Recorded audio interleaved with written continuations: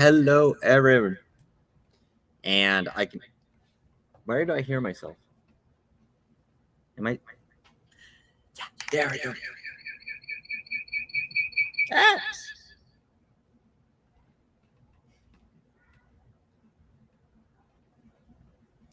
There we go. Hello, everybody, and thank you for joining me on this Sunday night. I was testing this out, and like I hear myself playing somewhere else, and I'm like, oh, it must be my main computer. And like I found the window and I closed it, but like I start speaking again, I hear myself somewhere else. I'm like, okay, it's not the computer, it was my phone.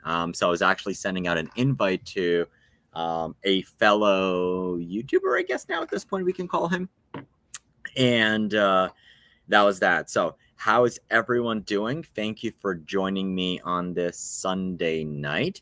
I am using a newer camera, so we might be a little off. Let me know how the audio is. Seems like the audio should be just fine. I don't think there should be a delay or anything else like that on there. Nope. See, it's 6K, so we're not cropped in.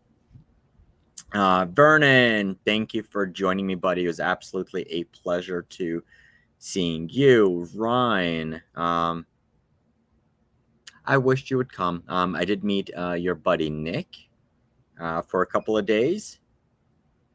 Buzz, it was a pleasure. Maybe next year you're going to come. Norpan, thank you very much for commenting. Okay, so if you're talking about hockey, I did have a fanboy moment, so we'll talk about that. Ham Radio 2.0, welcome. James, thank you, sir, as always. And Ryan, have a safe trip back.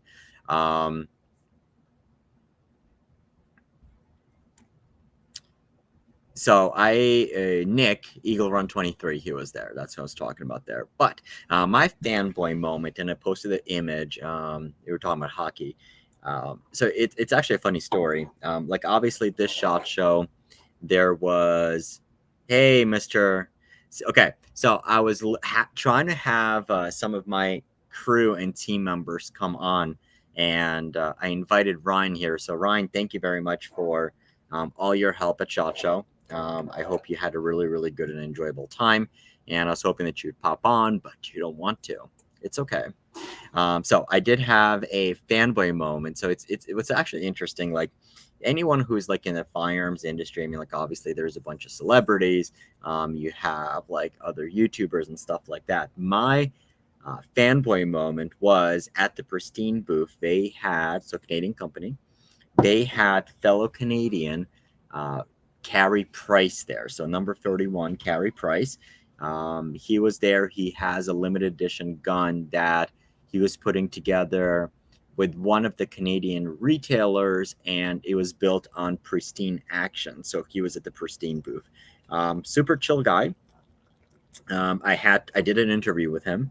I was like, okay, I'm gonna leverage I have Carey freaking Price here, so I'm gonna leverage that.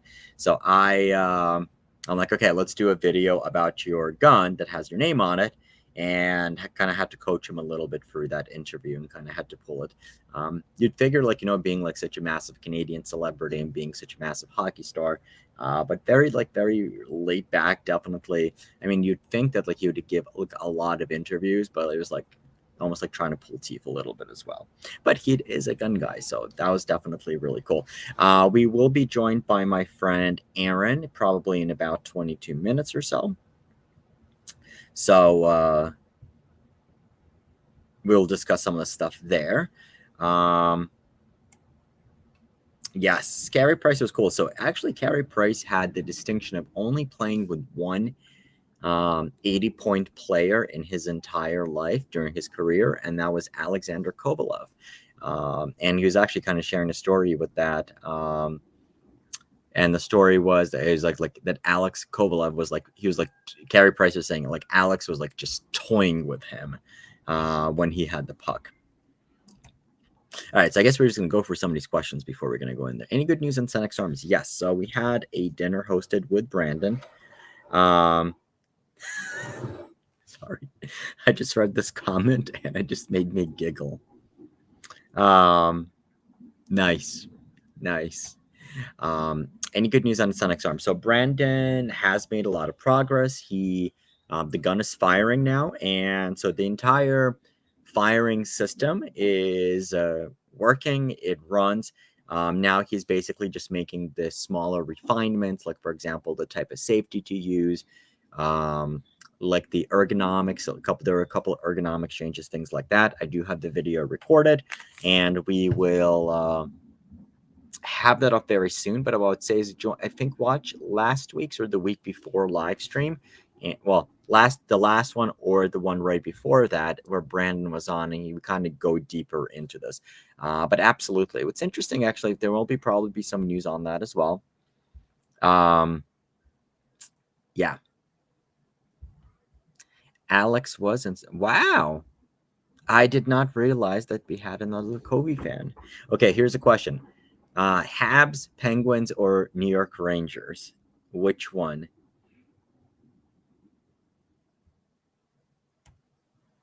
I did not. Okay, I did not realize the Pat was there as well. And there's Mr. Derek. Hopefully you're feeling good. So, interesting note on this sideshow. Interesting note on this shot show. Before people are basically going to ask, this was a shit show in my opinion. So this was definitely, I mean, like, it was an insanely productive shot show. However, in my opinion, I think I didn't really like enjoy the show. So this shot show in particular, I ran into like 5 of those carts, like, like people like carry on like one of those big ass carts. Hit 5 of those, walked into 5 of those. There's actually a guy who had like I saw like like those shopping cart wagons, like the fold up. I saw one of those for people carrying swag. Yeah, it was it was like a shit show in that regard. It was the highest attended shot show, so they basically sent out an email. It was 55,000 people. It was packed to the brim, almost like no space to move in the aisles. The Palmetto State Armory booth was a shit show. I mean, like, it was just like completely everywhere. It was like full to the brim. Fortunately, what I will say, I'll give Palmetto State Armory a lot of credit. So when we were trying to film our videos, like usually Palmetto State Armory, they have their own like media booth. But this year, 2022, when they just moved, like they had like an amazing media booth, like lots of space. It was amazing. Last year, they changed that booth, like the small room. It was used for like making deals and media and all that stuff. There's like no space in there. This year, because of how they're scheduled and like so much stuff that they have, we didn't even get a chance to use that media room. But I will say, had most of my team there, and plus the Palmetto State Armory people. So what we were able to do is actually block the sections, so that we would actually have access to certain amount of walls at the same time, so we can actually film content with that. So I got to give them a lot of credit with that. Hollow Sun booth, oh my freaking god, that was also like packed as hell. There wasn't really anything new this year, but we did get obviously a lot of updates on the Hollow Sun night vision thermal. So the night vision is selling right now. The thermal is almost ready. And then they had like this completely whacked out concept, which is a pistol mounted thermal. Yeah. So basically they break it down into 2 different units. So they have like the actual thermal unit that attaches to the front of the gun, kind of like how you'd attach a flashlight. And then on top of it, you would have the imager unit that goes like where your red dot sight would go. And they talk to each other wirelessly. Obviously, this is like proof of concept. I mean, there's massive issues with it. Number one is that there's going to be, because it's wireless, there's going to be latency and delay. I think it's more like, okay, it's exciting that they can actually do that. I don't think it's anything practical or anything else like that, and probably we're a while from development. But you do have to give Hollow some credit. They did say last year that it would be ready to go in about a year, and the small lightweight thermal and night vision actually are now, because of how small they are. And I'm going to have Ilya actually come on and discuss it in particular, but if you can go on his Instagram, like when he went to the HoloSun booth, he almost basically said like, okay, everything you need to know about the company is that the vast majority of the people there don't even know how their stuff works. So, yeah. So that was, I think like those were probably two of like the most packed booths that I personally went to. I will say, so it was definitely packed. So I mean, like the show itself, I know for exhibitors, I mean, they're really happy with it because you have like so many people there. But as media, and if you're purely talking about, okay, productivity as a media team, productivity, or like just general enjoyment, it was definitely probably my least favorite in a while. To the point that I was telling my team that, like, look, I silently wish that the virus was back, and like the 50-year-olds would be afraid to go to SHOT Show because they might get sick. Because so 2022 was the first year. So 21 was canceled. 2022 was the first year that it came back. And 2022, there was basically a third less attendance. And that's when they went from 600,000 square feet of exhibit space to like over 800,000. So 1/3 less attendance, 1/4 more, actually 1/3 more exhibit space. So it was truly a joy. Granted, I feel bad for some of the exhibitors who were there, especially in the New Caesars Forum expansion. But purely from the productivity, I think that was absolutely probably the most productive that we were on a per team member basis. Last year, we obviously did a bunch more content to the point that, yeah, and my apologies. We had content that still wasn't released. So there's that. But this year we did have a video editor. We were able to edit some of the videos right on site. So the main ones are going to be almost ready to go. I did want to make sure that we publish shorts, and some of the shorts that are straight from my phone were published right as we were at the show. Some of them were legit like 5 minutes after we were done with the booth. Some of the shorts were out. So that's kind of like from that perspective. Did have 2 new team members this year. It was awesome. It was awesome meeting new people. It was awesome meeting new friends. So it's kind of like the overall impressions on it. Now, actually, interestingly, so Chris brings up cold kept old people and electric fat people carts, at least the NRA. So this NRA that I was just at, it was probably, I would say the halls were even more packed than even SHOT Show, because it's like a members only show. Yeah, that was on that one. But no, there's definitely plenty of carts. And don't get me wrong, look, at like if you actually are immobile and you actually need to use one of those carts, by all means. The carts that I actually have an issue are like the swag whores, or like the FFL dealers who legit go to the show and like they just try to collect as much crap as they can.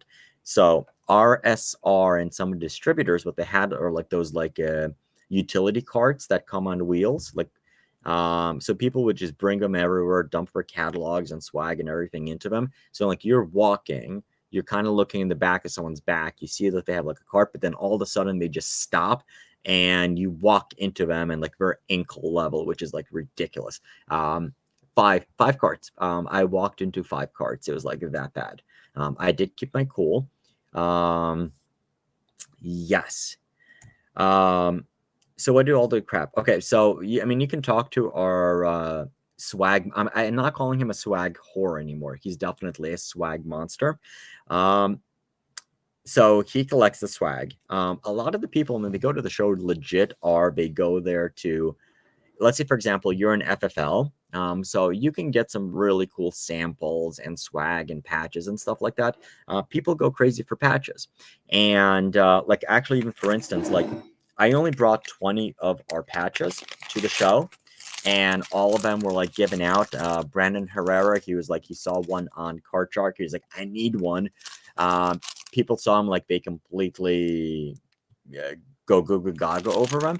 And a lot of the dealers, they collect the patches, they collect the swag, and they go back to their stores and they kind of hand that out. So for instance, let's say, for example, like if you take your swag fairly seriously, Card Shark, he collected 27 hats.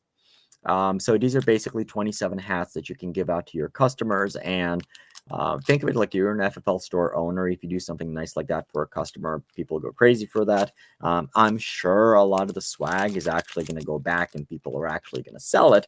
And video idea I have for next year is so within our content creator network, I mean, I do wish that some of the creators do go, but one of them, I mean, let's say if it's a scheduling issue, I absolutely understand it. But for some of them, it's a money issue. So it definitely does cost money in order to fly to Vegas, stay in Vegas, and all of that.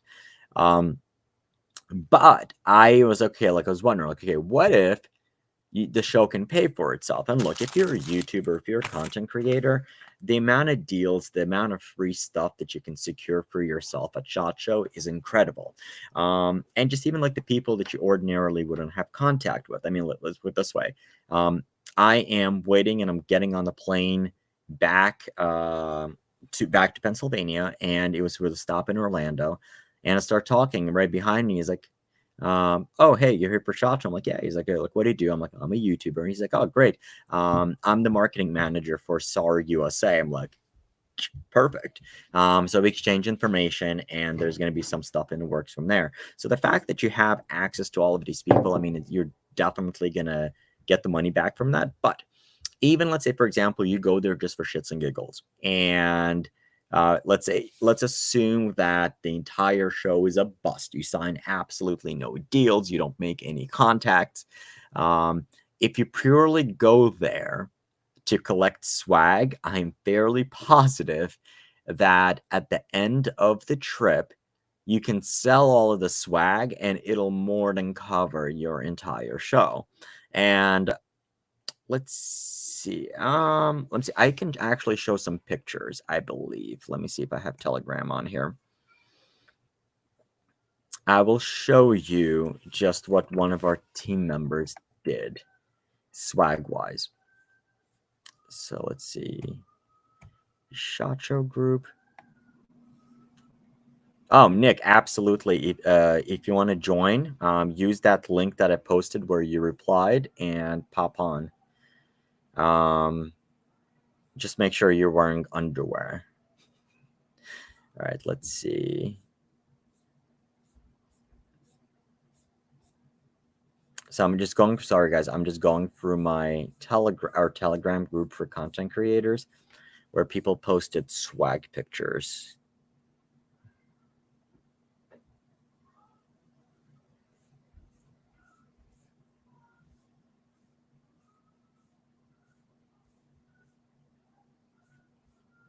Okay, I think we're getting there. Yeah, those are pictures I posted. There's pictures. There's actually a picture going around of a guy at the ATF booth with a shirt that says ATF is gay. All right, perfect. Okay, I found pictures. Let me just download them.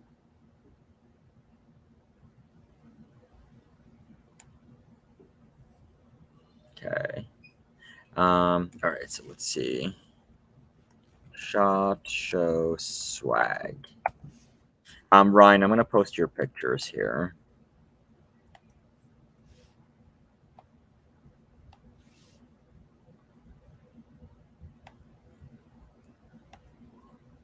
So I would post pictures of my swag. However, it's in a big bag of stuff that's on its way to me here. I had to mail stuff back to myself. But actually, I don't even like. I don't have any hats. I might have like 2 stickers, and that's because if I bring any stuff in, wifey is going to. Wow, Ed, that's a great bag of swag.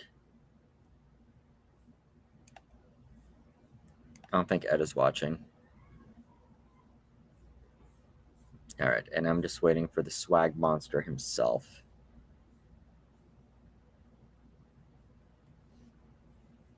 Jesus, Nick.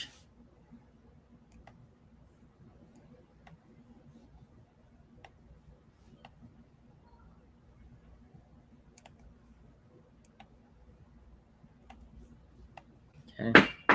I will say there's definitely some really cool patches. There's a bunch of SHOT Show parties, and some of those parties, they gave you like even better swag. And if you go professionally at the swag,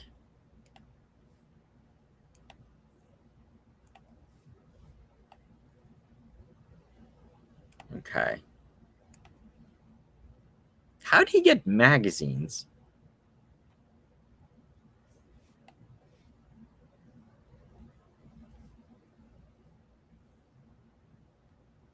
All right. Got it. All right. So now let me show you the pictures of the swag.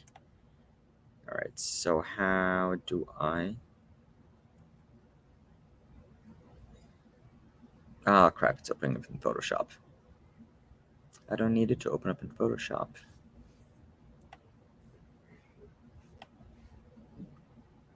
Open with. Okay. I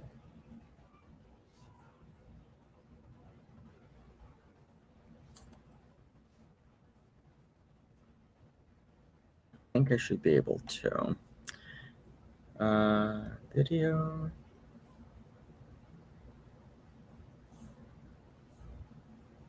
Okay, let's share.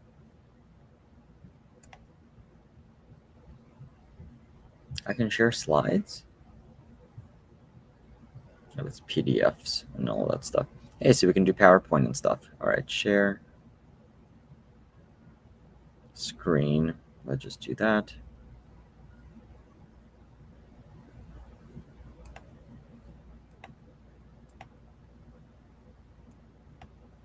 Okay.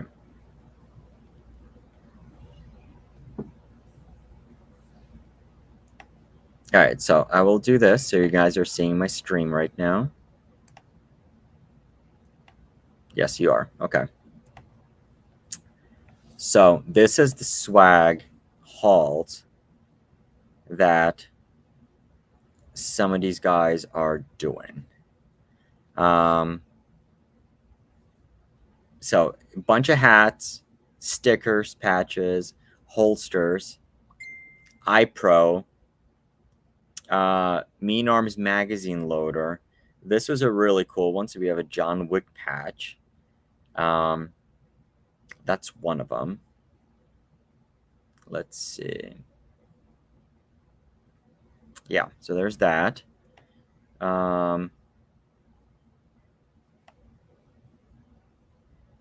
So I have mine set to open Photoshop, so I'm just going to do these one by one. Okay. Yeah, how did he get a magazine? Who was handing out magazines? But you have a bunch of hats, T-shirts, stickers, patches. Yeah, I don't know. So actually, this shirt was from one of the parties, and that was the only way that you can get that. Same thing with one of the hats.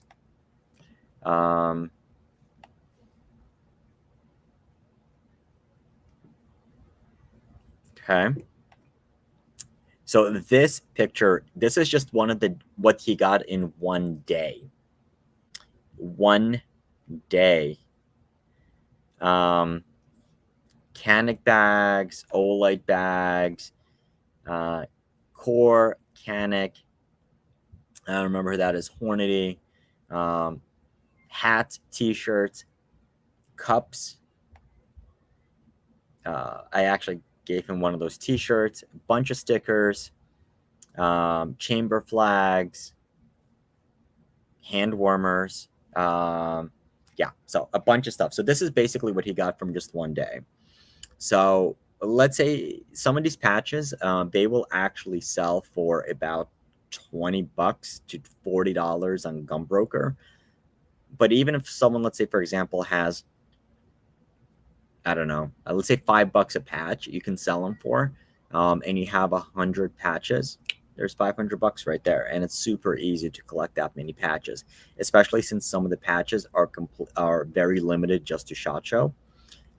Totally doable. So, yeah. Yeah, and basically, so if you're an FFL, if you're a dealer, what you basically do is you can either sell that stuff in the store or that. Okay, all right, and I think Aaron has joined us. Oh, that's Card Shark. Okay, so I'm gonna bring in the swag monster himself. Let me know when you're ready. Give me a thumbs up. Cool. All right, so why don't you answer this question? So I hope you don't mind. I shared some of your pictures of the swagging. Yep, that's fine. Hold on, let me just put on my headphones so we don't have the reverb.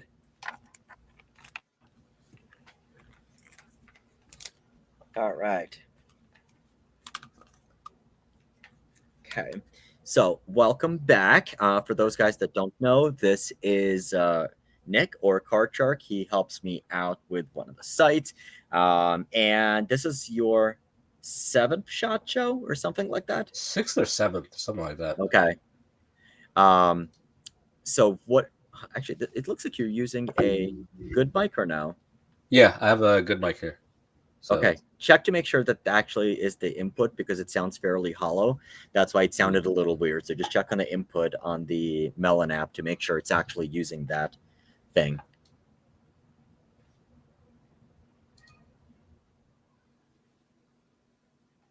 Michael, Aaron is not here yet. He will join us in a little bit. How's this? Okay, a lot better. Better? Okay, sorry about that.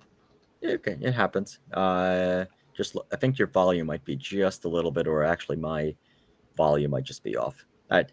Well, we'll let the peanut gallery actually let us know if your volume is too high. All right. So talk to us about the swagging. So, I mean, you're definitely one swag monster this year. I think this is your biggest swag haul yet for all the SHOT Show.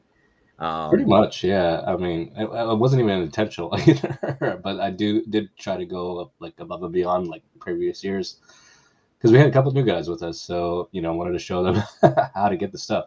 Okay. But no, I mean, it wasn't like straight up swag hoarding, like just grabbing stuff. I was talking to actual companies and seeing what was new, what was interesting.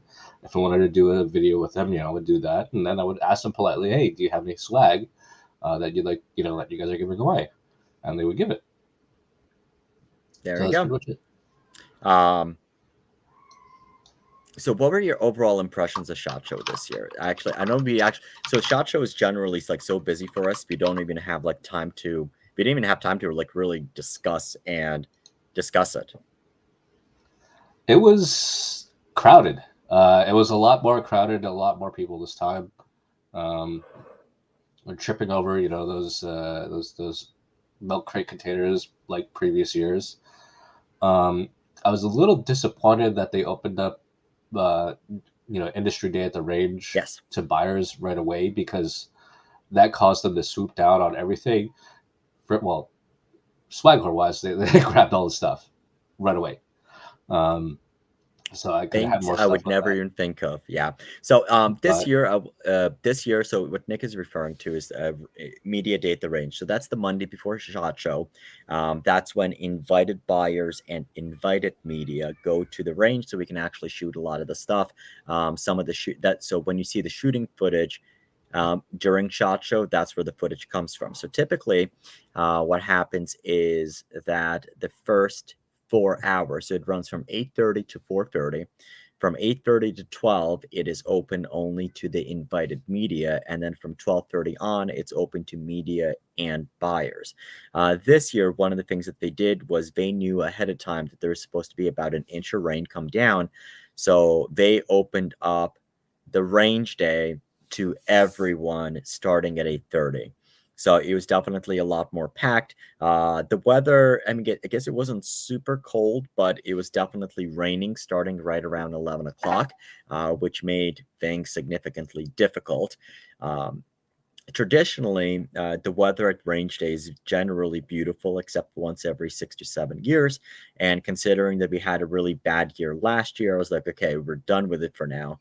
But this year it was cold, rainy, and disgusting, and all of that stuff. But not as bad as last year, I definitely think. Yeah, I mean, the rain was a bummer. I did go through 2 pairs of gloves. Luckily, one of them I got from Iron. Was that? One of the vendors there was giving away gloves, and they were giving them away right away. But but yeah, just it was so wet. I did bring, we did have the ponchos. With the wind, it was getting really bad. So, but as soon as we put on the ponchos, that helped cut the wind down, and we're fine. Very cool. All right, so let's talk about some of the gun stuff, because not everyone is a swag whore, but they do. I will comment on this. So they do need to start a Swagalolics anonymous meeting. And so there's on Facebook, there is a SHOT Show attendee group, and generally about 2 weeks before, people are already saying, hey, who has the best swag, or like who's giving away the best stickers and things like that. And if you do want the best patches, do help support the channel. Go to luxgun.com. You can buy our patches. These are glow in the dark, and these apparently were pretty popular at SHOT Show. I gave my last one away right on the plane, and I took it right off of my badge holder, the one that I wore myself. The guy's like, oh my god, I absolutely need it. So I'm like, okay, fine, I will give it to you since I don't need it anymore right that day. So luxgun.com, we have those. We also have the stickers. So we have both the regular stickers and the stickers with the QR code.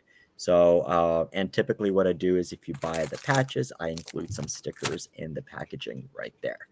All right, so let's talk SHOT Show itself. So there is a good question from Michael. So what was your favorite new discovery at SHOT Show? I have to think about that one. And Chris, you're right. Nick, absolutely. I don't think he has a problem. I have a problem because if I bring back any hats, my wife yells at me.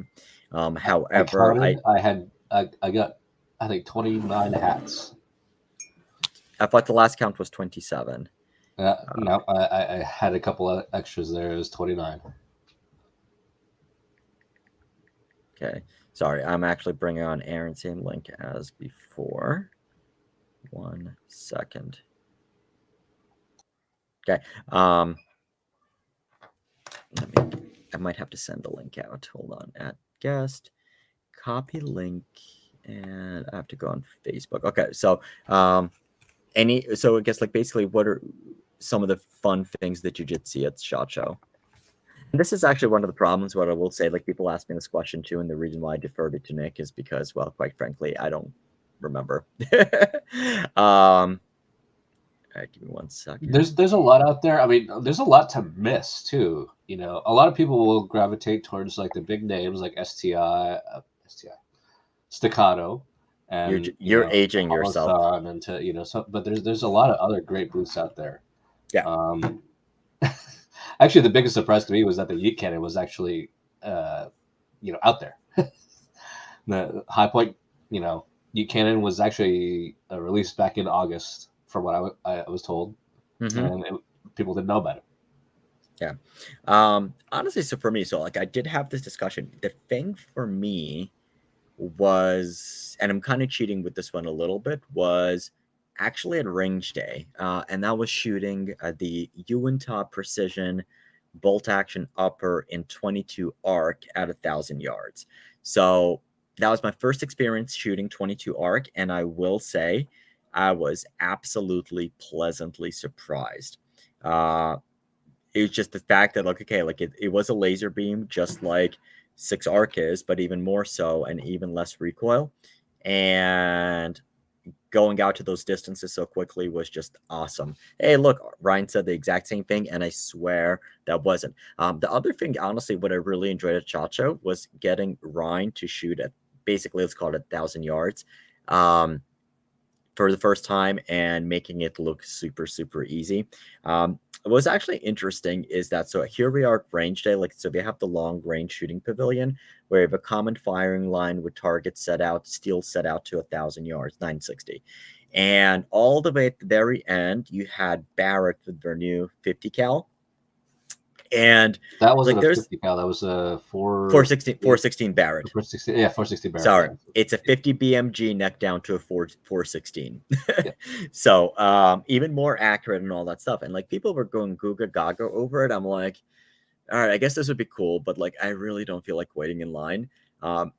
And you don't need, I mean, like, I think like even 1,000 yards, I think anything under a mile is such a waste for that cartridge when you can be shooting at 1,000 yards with a significantly smaller cartridge, which is going to be more fun and um, a lot more fun.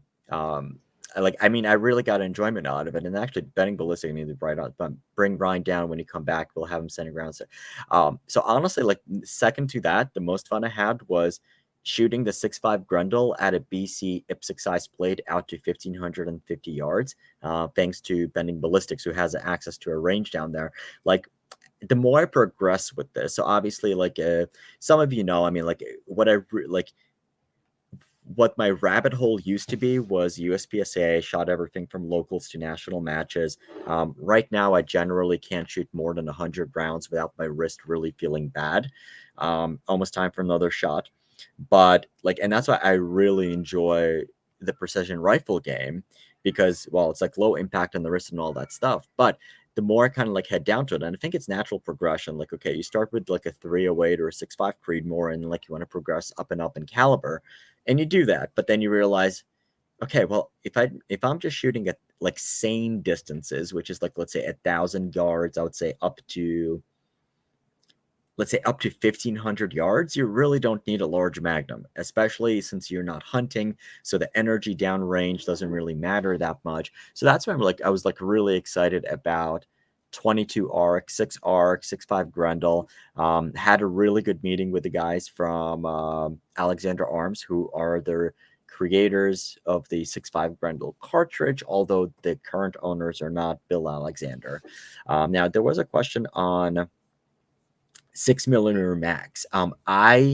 Somebody brought it up to me. I honestly was not aware of it. There we go. I was not aware of it, but I will take a look at it. But I did not get a chance to shoot it or anything else like that. Now, interestingly, since we're talking about range day, what I will say is one of the more surprising parts was, as far as I know, I did not see 8.6 blackout at range day. I wasn't at the long range section for very long, but I didn't really see it either. Yeah. And Faxon. So I went to the Faxon booth, and the guns that they had there were, they just came back. Not the Jackal. What was it called? Arak. The Arak.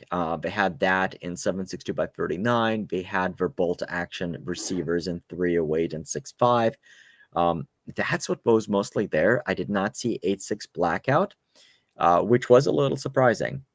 There's definitely at least 3 or 4 guns in 22 arc, and legit, you go to the booths, people were excited about it. Rise Armament is now making a gun in 22 arc, and Top Precision, 22 arc, and talking to the companies, Hornady actually went out to them and requested those guns. I did go to the Ruger booth. I did not see the rifles in 22 arc, but I know we are going to make them in 22 arc. Okay, so Buzz was excited to see your thoughts on the S4 and 6.5 Creedmoor. So on Tuesday, because tomorrow my FFL is closed, I am picking up an S4 and 6.5 Creed, but I did have a chance to shoot it at range day. Actually, so it's fun. Like, we went there to shoot the new stuff from Ruger, and then Graham, my contact there, he's like, hey, I'm like, hey, do you have the 6.5 Creed here? He's like, hey, we do. He's like, why don't you go shoot it? I'm like, well, I already have one. He's like, well, go shoot it anyway. So I shot it for the first time, and oh my God, I really enjoyed it. So the recoil impulse felt even nicer than shooting my S-FAR in 308. There was no issues cycling or anything else like that, and it was suppressed. Granted, we were shooting it off of the bench, off of a bipod, but I sincerely enjoyed that gun, and I absolutely look forward to testing it out for accuracy and stretching it as far as we can. I really enjoyed that gun.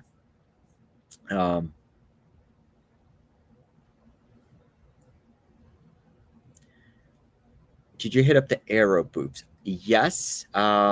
However, I did not. The only thing I played with was the actions. So Buzz, actually, this one goes out to you. So interestingly, so I played with the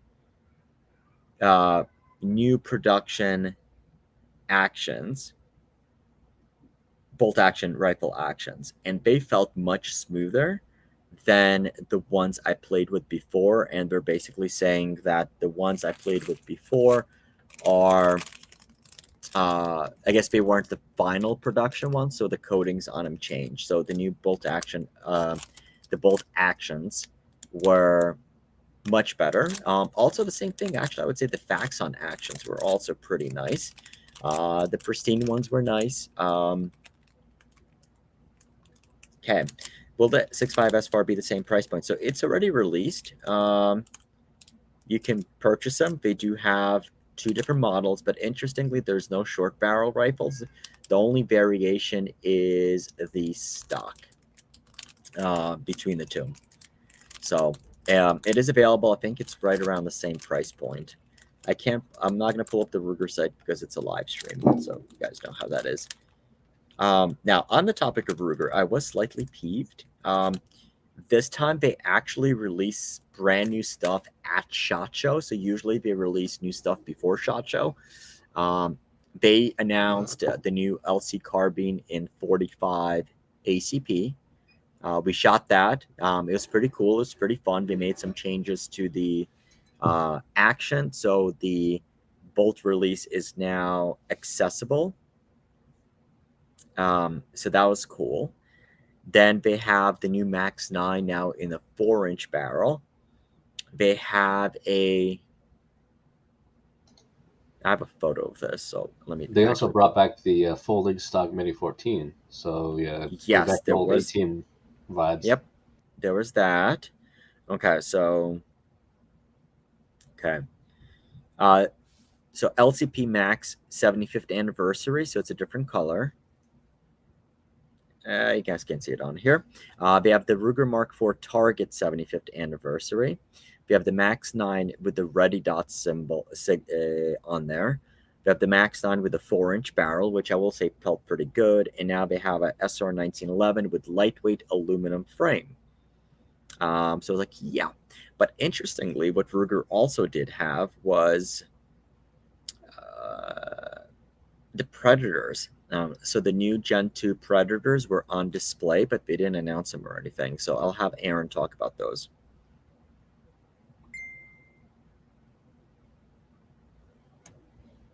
That is a good question. I have no clue, but send me a reminder. I will absolutely ask them that.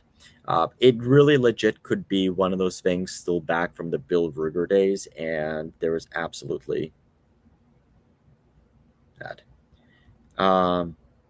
Did I get bought by any SlavGuns groupies? Actually, no. There were some there are companies who immediately came up and were like, "Hey, that's you." The very first ones were the guys from Darkstorm Industries. So this was even before SHOT Show. This was Sunday evening or Sunday when we were doing the tour of the Palazzo for our new guys. I'm going there to eat, go and get food, and Pete and Kevin were like, "Hey, Max, what's going on?" It took me a second to realize who they were. And yeah, so that was actually pretty fun. But quite a few of the companies knew me, but I don't think there was I don't recall anyone knew me 2 years ago. There was "Oh my God, I need to have a picture. I need to have squad and all that stuff." So that was that one. Okay. So what I'm going to do is go through, I'm trying to find out where Aaron is, but what I'm going to do is re-A whenever. Aaron, I don't see you on here.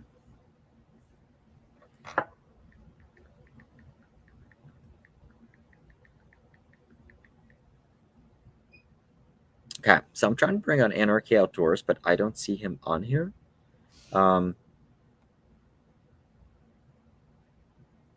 There he is. Okay. There he is. All right. There you are.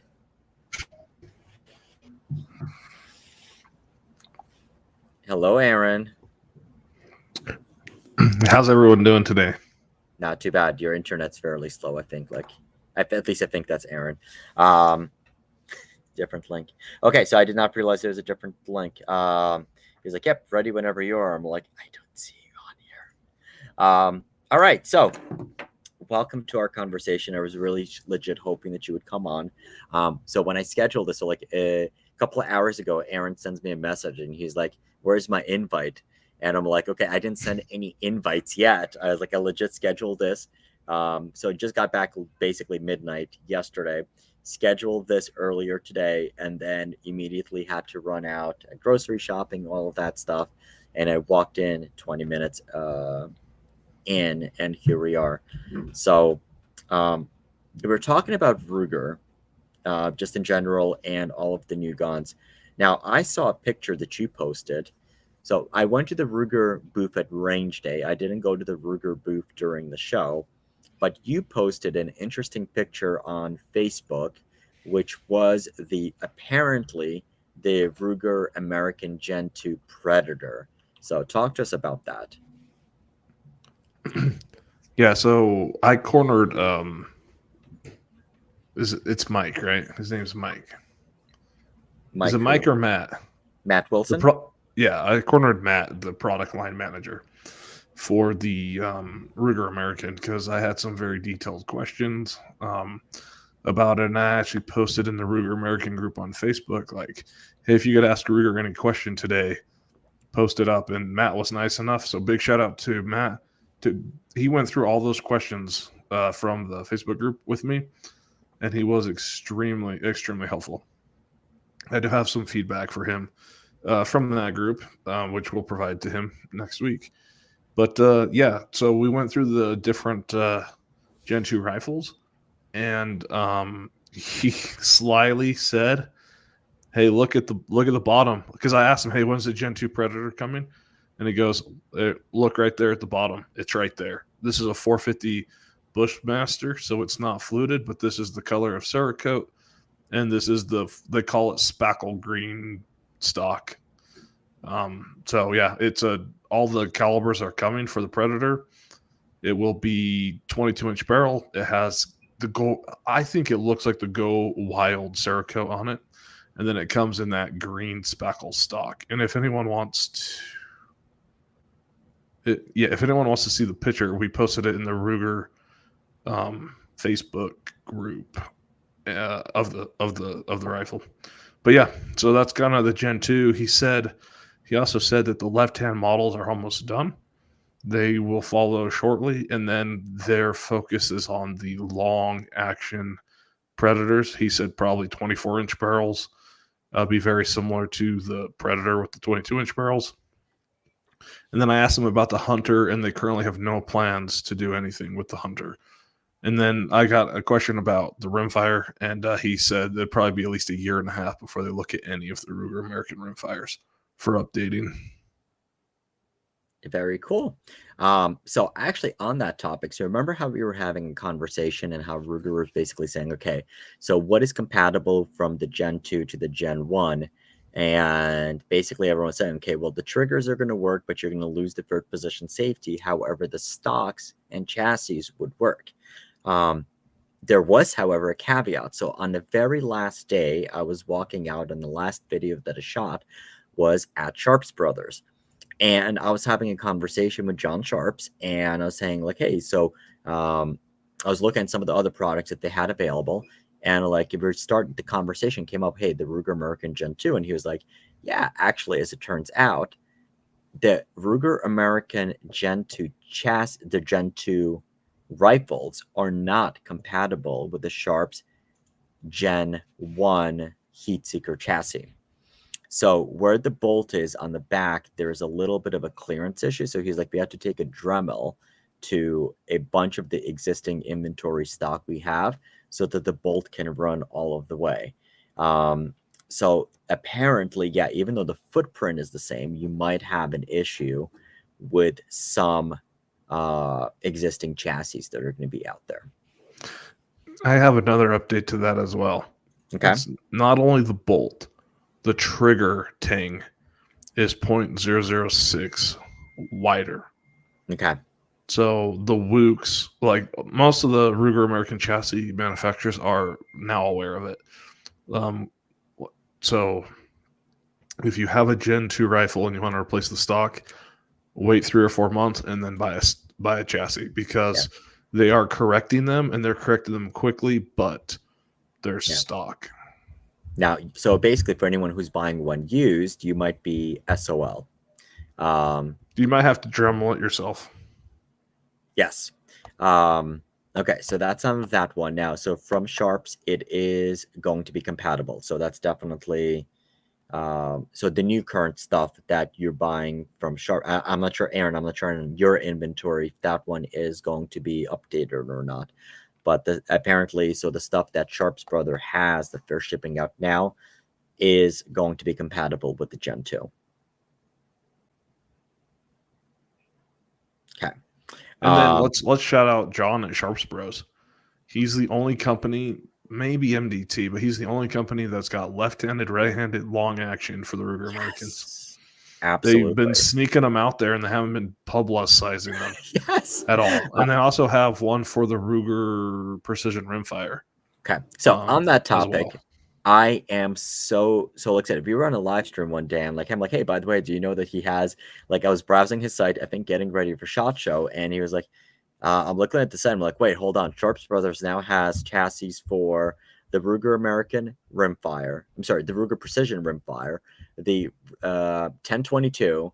Then they released the left-handed and the long action. I'm like, okay, what the hell? Like, it just came out quickly.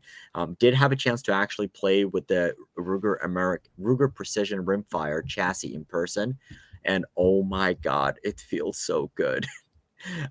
It just basically feels like that's how it was supposed to be from day one, instead of using the cheap polymer stuff. Yeah, so Ruger, sorry, not Ruger, but John himself explained to me. Well, there's several caveats on why Ruger did what they did and different things, but don't be surprised if you buy that rimfire chassis, your barrel nut will be exposed. Instead of trying to kind of create a gimmicky handguard that just doesn't suit the rifle like Ruger did, they left the bolt, the barrel nut exposed. So if you buy a Sharps Bros chassis, your barrel nut will be exposed. So just take that for what it is, but you get a much better chassis. Now, also the 1022 one felt really good on Sharps Brothers. What I'll say, so I was pleasantly surprised to see their AK receivers now also be used by Century and a couple other companies. So those looked really, really good. And I guess we had a whole bunch more products as well, which were like the 365 macro. I have a feeling that their engineer that was in the booth is now working for them full time. Okay. He wasn't a couple years ago.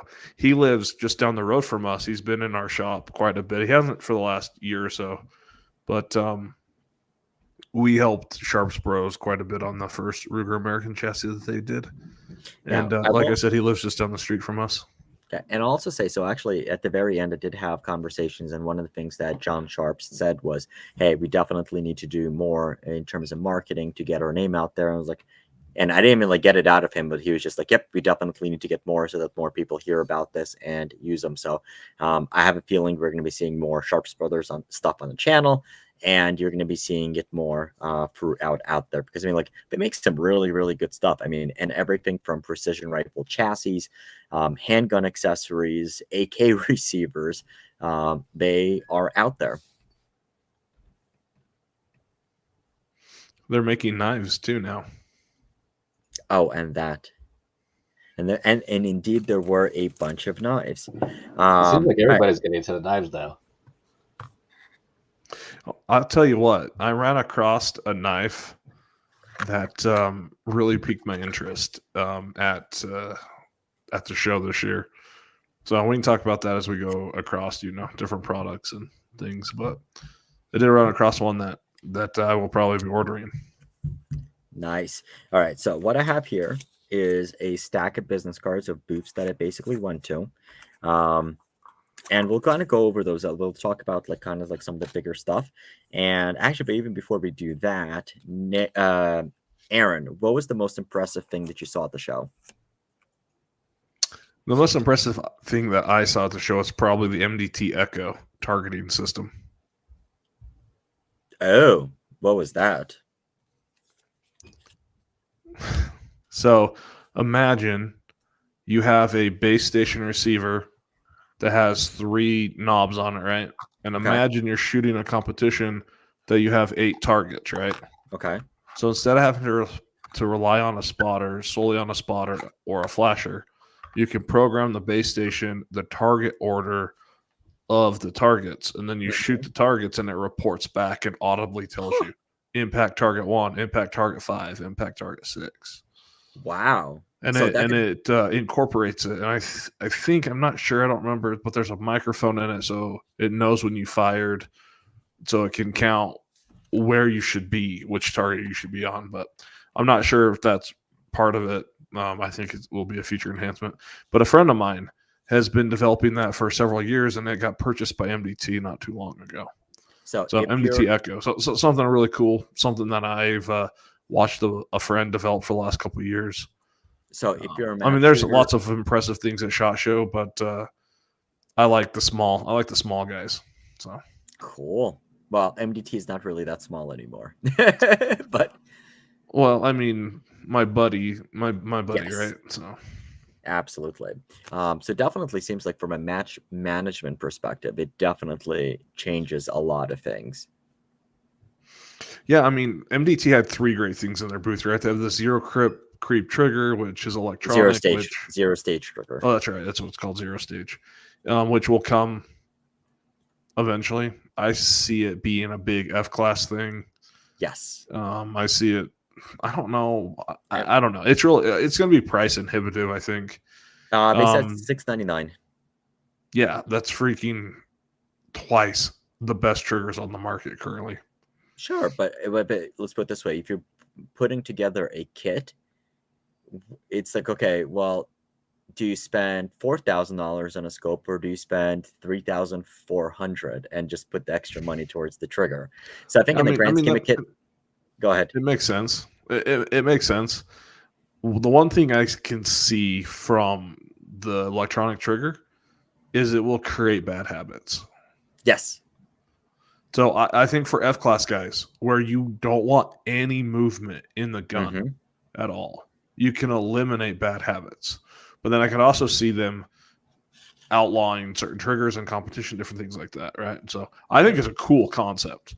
And I think they're going to get it executed, and it's going to be fantastic. Yeah. I just wouldn't rush out and buy one without a very specific use case for it. So we did a couple of videos on that trigger. I've already published a YouTube short, and we're going to have a detailed video on that trigger with one of the guys from MDT. And I will say, at the end of the day, I did get a chance to pull the last shot on it before the battery died. My very initial thought was the same thing as what Aaron just said. I do think it covers up, like a lightweight trigger covers up a lot of bad habits, and this thing will cover up pretty much every single bad habit that you can have. But I also think, okay, just based on the fact that they don't yet know truly how many times you can pull the trigger before it goes bang, I think F-class and bench rest is really the place where that trigger can shine. And while, let's say, for example, if you are on the clock, so it was interesting. So like they had MDT had the zero stage trigger on one side of the wall, and on the opposite side of the wall, they had some other guns with different triggers on them. And it looked like, I believe it was like probably a Trigger Tech or something like that. When you shoot the two back to back, I mean, like, you can get a proper 2-stage trigger to do well anyway. That, like, I think, like, if you're doing run and gun type stuff, that the difference might not be as crazy as it could be, if that makes sense. My guess is there's a government contract that they're developing it for. That'd be my guess. Is they're developing a technology in aims of a higher contract, right? Yep. Is what I would guess. But. Oh, and basically on the topic of government contracts, so it was leaked that Geisley and Huxworks are about to win one of the contracts for a 6mm arc gun. And that right there is why 6mm arc was developed in the first place. Now, Yeah, it's an 800. It's an 800-meter cartridge. Yep. It's a beautiful 800-meter cartridge. The question for you: did MDT show the MDT Crush a timer? I believe you're the one you played with it, correct? Yes, they did. They did show the Crush timer, and I think will be a great product. It'll have its interface will be kind of clunky to use, and you'll have to make sure it's set up for the stage. With the fact that it mounts like a send it level, a lot of guys were saying you need to integrate that and the send it level into one piece. And I would argue both sides of that. I would argue, yes, it'd be nice to be in one unit, but I run an ocular housing, meaning I run fiber optic cables from my send it level to my eyepiece. So I can see the 3 dots underneath my eye while I'm looking through the scope. So for me, not a big deal. I can mount the timer next to, in front, because my send it level doesn't need to be vertical. On my rifle, it's mounted actually at the very front of my scope and tucked behind my parallax turret. And because of that, I could run the timer in the front, and I don't see an issue. They could combine them. I think it'd be awesome. They'd have to design it specifically to then interface with the Brandt built or something similar to it, because a lot of guys want to run it in the ocular configuration. So it looks good. I mean, at 20 seconds it beeps once, at 10 seconds it goes beep beep, and then it beeps at 5, 4, 3, 2, 1. And you can set it to any time. You can reset it. It works with any pressure pad. So you can buy any pressure pad that's ever been made for anything that mounts on a rifle, and they're all compatible. And you just click the button and it starts counting down. So cool. All right. So before we go for the cards, there was a question about the combination of binos and rangefinder. Now, are we talking both Buzz and Michael had that question. So if you're talking about an actual laser rangefinder, I believe somebody did, but that's going to be a great question if you want the true actual answer. Pop on Dark Lord's live stream, or we're going to do it for next week. But if you're talking about binos with a range-finding reticles, Apex Optics had them. The one that Ilya was fairly impressed with was Athlon. So Athlon did a pair with the range-finding reticle for about $500. They're pretty. Apex has got a nice one. I think Athlon's gonna. The way they did it, they're gonna beat it. And I'll have while I was at the show, I have a T&E on its way. So I have the Corona's 2 tactical spotter on the way, and I have a pair of their Bonos on the way. So I was rather impressed with the Athlon binos. Very cool. And then, speaking of new optics, actually, this is something that came as a surprise to me. This is actually it's my coolest thing that I saw, the most surprising thing at the show.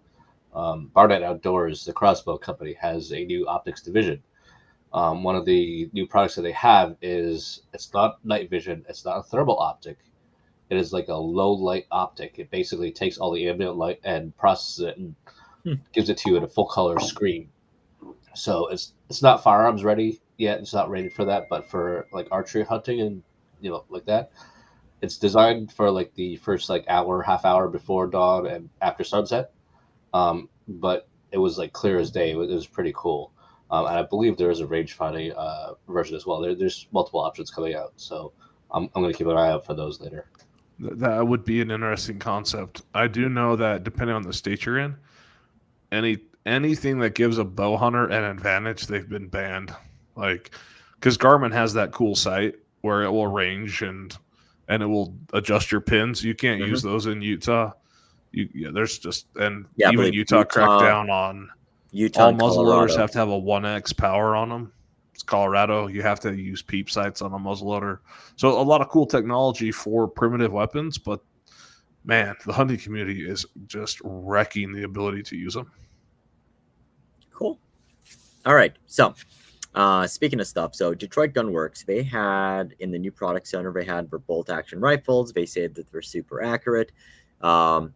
And basically what it was their action with an aftermarket barrel in an MDT stock, and they're asking $8,000 for it, just the gun. So it was nice. It was a little bit of a waste. Now this one, so Carbon Research, they were at range day. I'm not sure if anyone get a chance to shoot it, but they had a almost full carbon fiber suppressor line, where it did use baffles, but the entire baffle stack was made out of carbon fiber, and the blast baffle is reinforced with Kevlar. What was interesting about it was that you can absolutely hear the difference in the tone, and it was almost like if you like the difference between like if you're shooting a titanium, which is a little bit higher ping, higher tone, versus let's say aluminum or stainless, and this was like it almost basically sounds more dull, and it definitely made a difference. The only difference, the only negative with it that I played with is that across the board, the cans are a little bit more, especially for the 22, and they were extremely high blowback. Have you ever shot a Form 1 suppressor where you just print the baffles? Like on a 3D printer? Yes. So they're way quieter than a metal suppressor. Mm-hmm. And the beautiful thing about a Form 1 like rimfire can is when it gets dirty, you push the baffles out and you stick a brand new printed baffle in. So now, technically, I'm not sure that's actually legal to do. Yes, because the tube of the can is what's serialized. Correct, but I believe it's like if any component, talks about. Okay, it's the tube. It's whatever the piece is serialized. So, like an Area 419 Maverick suppressor has 3 connecting bodies. Yeah. The only piece that's serialized is the 5-inch piece that connects to your rifle. Correct. Okay. So, yeah, as long as and it's a Form 1, right? Which means it's handmade. It's handmade. Correct. The only caveat to that, so I remember there were some of the people, the ones that the suppressors that use the wipes, it had to come from the manufacturer legally. So there's something in there. I'm gonna find out on that one. It'll be interesting.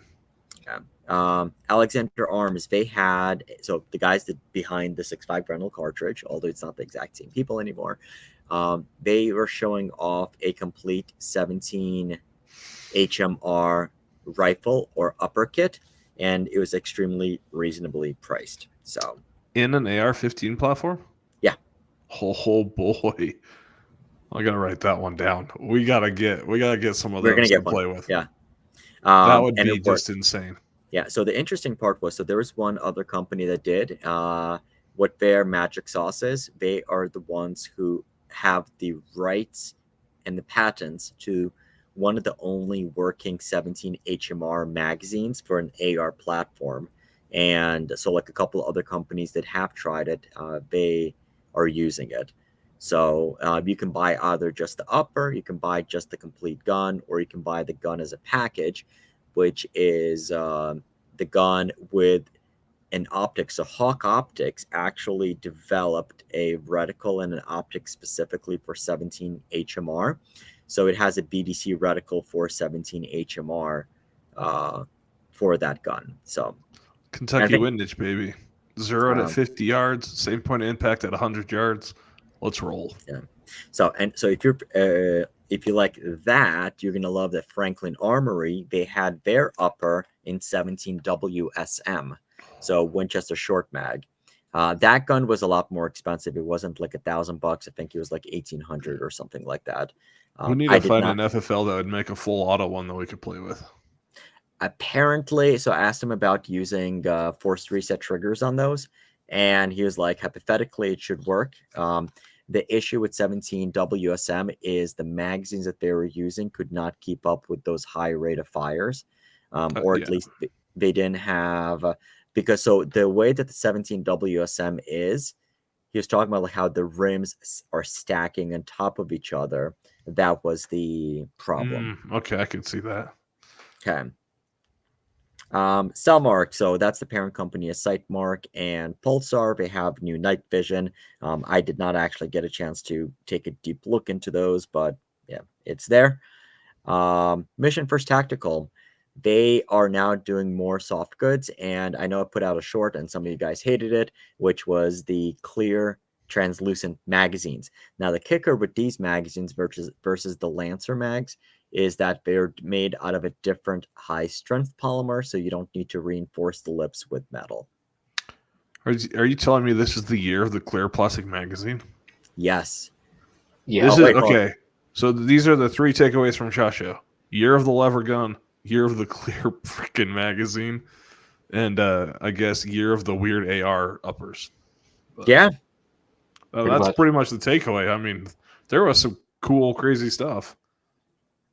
And yeah, that's awesome. So, Mission First is doing a clear magazine, huh? Yeah, so they have them in a number of different colors. I did get one, but I gave it to my to Ryan to use, and we are going to get a bunch more in. Probably get some Hydra, like kind of how I have my SlavGuns Mission First Tactical mags. We're going to do the new ones in translucent as well. So they had translucent white. Well, it was a clear translucent. Red. Hold on, let me see. Because while you're looking that up, Magpul also dropped a clear mag, and I never made it. I walked by their booth twice, but never made it into their booth. Nick, you made it to Magpul, correct? E-mag, yeah, I saw that. I just want all the listeners who have never been to SHOT Show to understand how freaking large this place is. Okay. Let's see. Max spent a whole week there, and you probably only covered 40% or less. Not even. So I had, honestly, so my biggest thing from SHOT Show. I mean, like not like interviews and in-depth stuff, but you probably made it through 40%. Less than that. I mean, legit, where I spent the most of my time is probably like on the second floor of the Venetian too. Oh, you never made it to the basement. I made it to the basement. I spent probably about an hour and a half or two total there, maybe meeting a couple. And then like Caesar's Forum, I went there like 2 days, like for just a little bit. You don't, I mean, unless you're just walking the aisles, you won't have time to walk and see all of that stuff. And this is basically why I have folks like Nick and others just kind of try to cover a bunch of that stuff. But even in the main show floor, I'm like kind of walking through. At the end of the show, I'm like, okay, like this was an extremely productive show for me, just in terms of everything we were able to get done. But I still feel absolutely guilty that I don't think we did anywhere near enough. Because I think like if you just go there just to go walk, you may think like, oh my God, I saw so many things. But if you actually go and stop at the booths and have like a 5 or 10 minute conversation with someone, you don't have nearly the time to actually see the entire show. How long do you think it would take you just to walk every aisle? That's not stopping and looking at anything, maybe grabbing a patch as you run by, but how long do you think it would actually take you?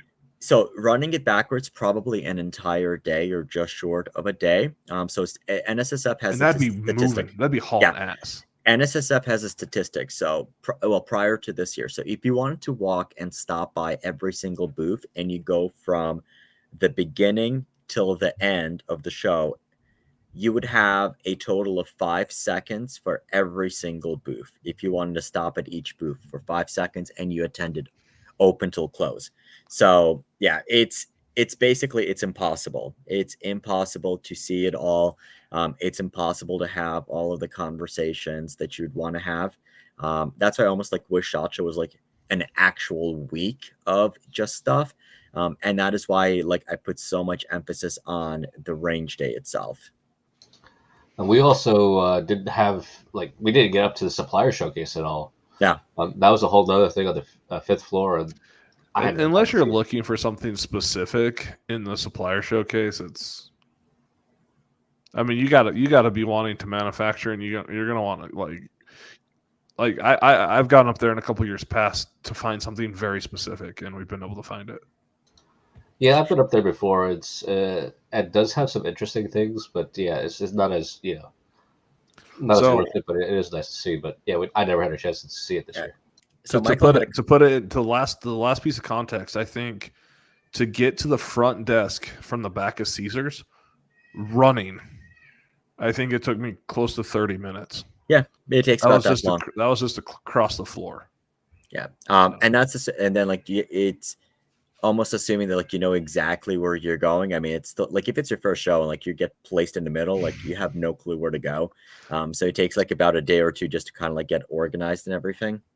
So I had a couple buddies that tracked me down, and this was their first show. Man, deer in the headlights, completely lost. I've been to the show enough, and the booths don't move a ton. They have since they opened Caesar. Since they Yes, opened a Caesars, lot everything got actually, shuffled pretty good. But and especially since Sig quit there, and then yeah, Sig left SHOT Show. but I'm And pretty dang good at navigating SHOT Show. mhm. So I plan. So they have a mobile app that's got maps on it, and I plan my time blocks around what's on the map. Yep. Right. So today I'm in this quarter of the map, or over here, or I'm here, or I have to hit these 3 places, but there's these 7 people around them. Right. So that's how I plan my show. Yeah, Let's keep going through your deck of Right. cards. So Sorry, got is everything distracted. just a blur at the end of the day? SHOT Show, absolutely. And like so, like maybe I was like, what's the most exciting? I honestly don't remember. That's why I keep for cards and like, oh, okay, now I can recall exactly what it was. Bearing Optics, they make night vision. I'm gonna have to get back in touch with them. Bushmaster. So I popped by Bushmaster. So 2 years ago, I'm not sure if you guys remember, Bushmaster introduced a single shot AR upper. Nowhere to be found. I forgot the name of it. BA-30, the straight bolt? Yeah, that's what it was. Yeah, nowhere. It's nowhere near to be found. And now they have the 3rd new director of marketing. I forgot who this guy was. All right. Okay, so for USPSA, for gun people, Armazika. So they advertise on Instagram and stuff. They make like high-end CZ clones. Apparently a bunch of people in Czech Republic and in Europe use them. They do advertise here. Ryan and I, we went there to take a look at them. And we're talking prices based the US distributor, and the US distributor is like, I think you said like 4,000 or 5,000, which is just absolutely astronomical for what it is, especially considering you can get a CZ75 Shadow from the custom shop for like half that price and still come out ahead. Spartan Precision, they make UK company, they make tripods, grossly overpriced. Boo. They make good products, but they're just not my cup of tea. Our friend Matt Foster. I didn't see poor Matt. Saw him a couple of times, but yeah. He rebranded his FMJ marketing into Catalyst. That's completely unrelated. This dude from Swarovski, but he was something else. I don't remember what company it was.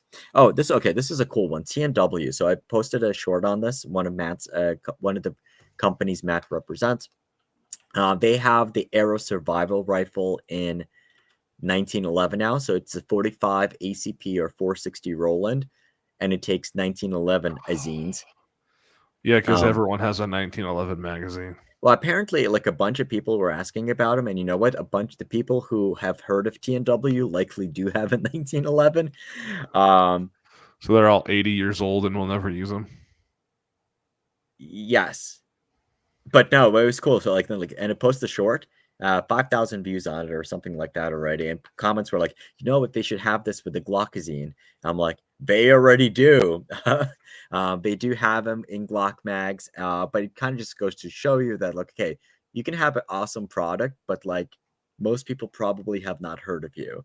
And I'm hoping to have it's a blowback operated pistol caliber carbine, modular, ambidextrous, really cool guns, very reasonably priced at about $600. The barrel takes down. You can do barrel caliber swaps on them now and everything. And no one's just heard of them. I mean, like, well, not anymore. I mean, like, it's one of those companies that has, like, I think, failed to keep up with the way that you should be marketing your manufacturing business. I mean, like, look at Aaron. I mean, like, he is on a bunch of channels. He goes on podcasts, very active on a lot of places, making sure that the company and the product stay relevant. But then you truly have a bunch of companies that almost like came away from it. And like another example of that, and I was having this discussion with the CEO of Alexander Arms. I mean, anybody, if you're a 6'5" Grendel fanboy, you know exactly who Alexander Arms is. But outside of that, it's like no one knows. And fortunately, some of the companies are getting around that. Yep. Business cards from a different one. Original footwear. So this is actually an interesting one. Ultima, they have like the boots that you can slip in and out of. They're the ones doing the patch exchanges. They kept running out of patches, though. Yes. I think. Hey, what I want to know is, did you complete the Beehive patch? No. I'm waiting a couple days, and I'm gonna post the single one I got on YouTube. That's not YouTube, eBay, and I'm gonna see how much it goes for, because there's someone out there who's missing this one patch. Nice. And I happened to pick it up because I was standing in the booth actually having a business conversation, and some lady who has no clue on what the guy even does goes, "Hey, I need that patch for the Beehive." And I was like, wow. I'm trying to have a real conversation here, lady. Go take your patch hunting and shove it. Nice. ATA, so they're the Turkish manufacturer who does the Turquoise and a bunch of others. Really weird company, at least the guy I was talking to. So actually they had the Turquoise. So they make the Stevens 334, and they were imported by Four Peaks Imports for some of the guns. They had a couple of really nice chassis guns, but like I said, no one's really importing them or anything else along those lines. And the guy's like, "Oh, you only have 25,000 subscribers." I'm like, dude, no one's heard of your rifles in the United States. I digress. You know what? It's not how many subscribers you have. It's your engagement. Exactly. And that's what a lot of people fail to see, right? It's what is your actual engagement and what's your click-through rate? And is your target audience actually going and buying when you make videos? Yes. All right. So, very timely comment. Did anyone talk to CZ about improving their operations? I want to say, like, if it was someone else, I would have been politely asked to leave the CZ booth. But I did let them know exactly how I feel. So I don't have the card here, but they have mine. How long is it? Did any companies concerned you for some or cornered me for exposure on SlavGuns? Yes, absolutely. There are quite a few companies. We can talk about those a little bit later. And so CZ, Nick did the meeting. So I haven't looked at those videos yet. They have some new stuff. So they heard our prayers and they decided to do CZ 600 in a proper chassis gun. Yay, right? Except it's not available in the United States. So MDT. That's because they used a Canadian company. Yeah. And so then I went to, so MDT makes a chassis for the CZ600 now, but yeah, it's not available in the United States. And they're like, well, we're not planning on doing it. We're just going to do it as a test run outside of the United States. I'm like, the United States is the biggest market. Why wouldn't you do Nick, go ahead. Did they talk about that? No, I mean, we did go over the rifle and the couple new handguns they have, but nothing else really. I just got on their website. Uh-huh. They just dropped the 457 rimfire in left-handed. Nice. I'm going to have to go post a comment about that somewhere. So the 600 is now available. I think it's a new model, which is a different type of wood stock for the American market, apparently. I did let them know about her operation, so kind of like the stupidity of a lot of her movements. And the guy was like, yep, we know. And he also mentioned that now they have a new marketing director who came from SIG. So we will see about that. Now, interestingly, the one I have a brighter hope for is Colt. So Colt has the CZ600 Action in their guns.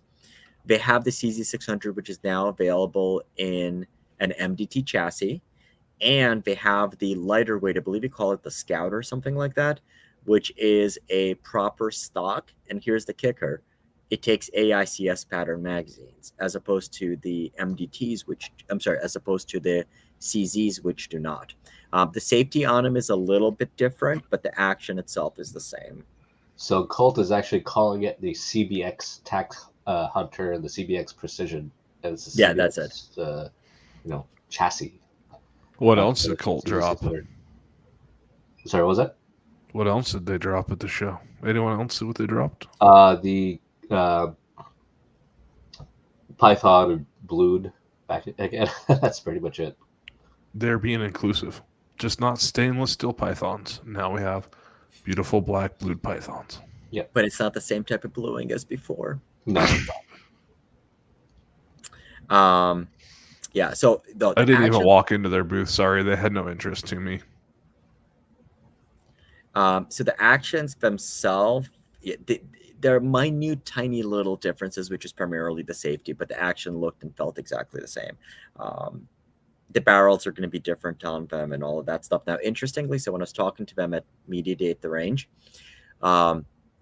the Colt marketing rep, she was like, yeah, I can't stand the CZ the CZ operations. And like, yeah, they don't feel that good about CZ. All right. Apex Optics. I'm sure you stopped by there, right? Me? Yes. Yes, I did. Okay. So they have the new binos, a couple of new binos. They have the new Apex PRS scope, but it actually is 10 mils per rotation, and so it's a little bit better. And then the big one was actually the red dot sights. So they have two new red dot sights, nice big windows. Now, what was actually different about this one was the way that it's segmented. So obviously, like you have like the red dots where you have the choice between, like, say, a dot or a dot within the circle or a dot within the crosshairs. But the size of the dot is exactly the same. With their new sight, you can have either a 2 MOA dot or I believe a 12 MOA dot. So you can actually have two different dots in there. It looked cool, nice big massive window, but it seemed like it was a little bit on a higher price. Yeah, they're a smaller company. They don't have as big of buying capital. Their LPVO looked good. Yes. They had a 1:8 LPVO with a decent reticle in it. It looked good. Apex Optics, I mean, they look good. I'll probably end up with some of their stuff this year, as their shooting team was aggressively working on getting the owner to have us sponsor their shooting team with UF Pro pants. So nice. Yeah, right. we currently sponsor Team Bagara and Team Voodoo as well. Okay. All right. So on the patch, the honeycomb patch kit, it's listed on eBay for $275 right now. Is that for all the patches or per patch? Probably for the entire kit, right, Ryan? I want to know what individual patches are going for to complete kits. Yeah, okay, that's for the full kit. And they'll probably sell them all. All right. Huxworks, they had the new 6mm can. Shot at a range day. I thought it sounded pretty good. 3D printed stainless steel.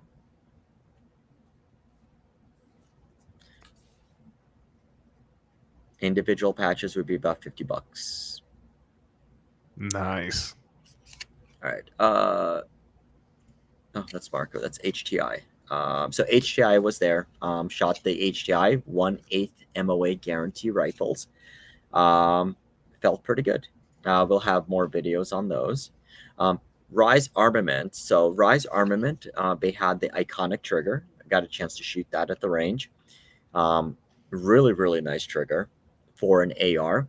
But the one I was a little surprised about, they just launched 2 700 triggers.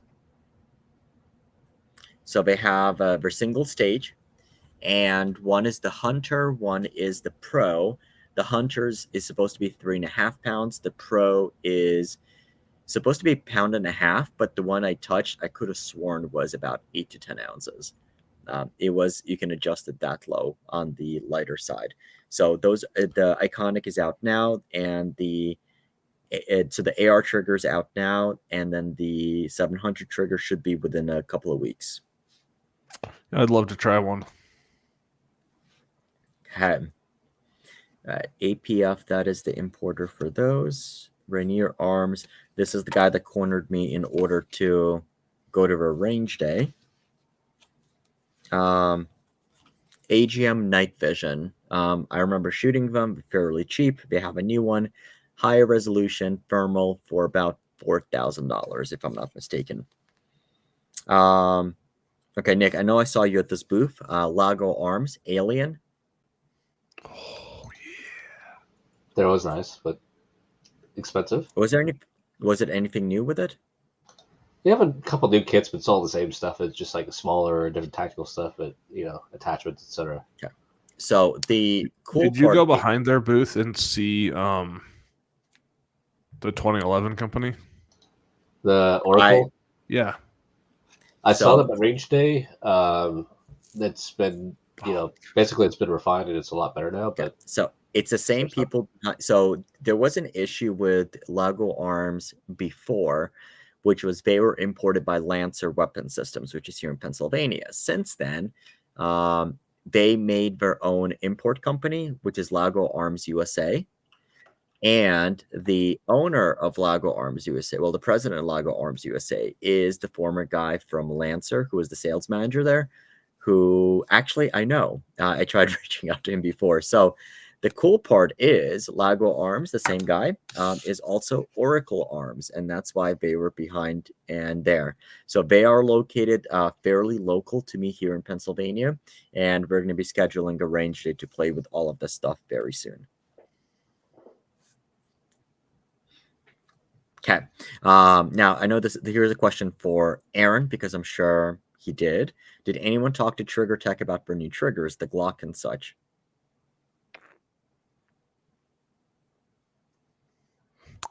Oh, did I talk to Trigger Tech? They are the only reason I went downstairs. Actually, them and Athlon. They were the only reasons I went downstairs. I did run over to the Pristine booth and talk to those guys too. Okay. Got the lumberjack. Got the lumberjack patch from those guys. Yeah, I talked to Trigger Tech. They've had a lot of focus on the Glock trigger. It feels pretty good. It's coming, I think they said, in the next 3 to 4 months. Trigger Tech. So just like the Ruger Precision rifle triggers, right? No. I mean, they had some Glock triggers at the show last year, but they weren't like in guns. Like they weren't in. They were just telling some of their top dealers about it. In guns, it feels good. I mean, there's a lot of Glock triggers out there. It's a Trigger Tech. What takes them so long to release a trigger is not actually making the trigger. It's the manufacturing process is really tuning in the manufacturing process, and that is part of the reason the Ruger Precision trigger has taken a while. It got put on the back burner, and they're also they're making OEM triggers for a lot of companies, so it takes resources and time. And Trigger Tech's not a big company, so they've had to put a few things on the back burner. But I talked to them about the Ruger Precision trigger. Again, we're on a timeline of like 2 to 3 months. I think they said they're going to run a batch of a couple hundred as a final proving of their manufacturing process. Okay. And they're supposed to be sending me a trigger from that batch as well. They snuck in the rimfire trigger, so they will drop both of them together. So they're supposed to, and so sometime next week I'll send them an email, because when everyone gets back from SHOT, it's like the biggest hangover in the world. So it usually takes them a few days to recover, and then they don't remember anything that anyone talked to them about unless you have had conversations before SHOT Show, right? That's just how it is. You walk into these big booths, and they just talk to so many people that they're not going to remember anything, nor do they really care about any of your feedback, unless you already have built that relationship before you show up. Exactly. So Glock triggers are coming. I mean, big market for that. I think they said 19 and 17 out of the gate, and then they'll work on the other ones as well. And then, the Ruger triggers coming. They have stopped developing or working on the Tika and Seiko triggers, but they said they'll pick those up as soon as they as soon as they get some of these other projects done. I mean, they had fully functioning prototypes at the show, and they feel really good. They built them backwards. They made the Ruger a 2-stage, and they made the Tika a single stage, and I think they should have flipped them the other way. But it is what it is. So, good news from Trigger Tech. And I honestly believe that their timelines are fairly reasonable at this time. So I talked to the engineer. They seem to have solved a bunch of problems, and they're moving forward. So I stopped by the Christensen Arms booth, and it looks like the new rifles that they have are coming out with Trigger Tech triggers. So, yeah, they're definitely doing a lot of OEMs. Did anyone play with the new Christensen's Arms rifle there? Their sub $1,000 one? Yeah, yes, I did. It's actually pretty give me your thoughts. Felt pretty crisp. Now, so Christensen came out with their new, I guess their own new proprietary mag format. They said that they were getting a lot of complaints about people using AICS mags and how they're creaky and rattly. So they came out with their own mags. Let's just throw the P mag away. I'm sorry, we're just gonna throw the Magpul P mag away because someone complained it fell out of the receiver. Yeah. Well, I mean that's what they said. That their new all carbon fiber rifle and the sub $1,000 rifle all use the same mags, and they said that they're going to be using that as the mag standard. So are they still AICS pattern magazines? They are not.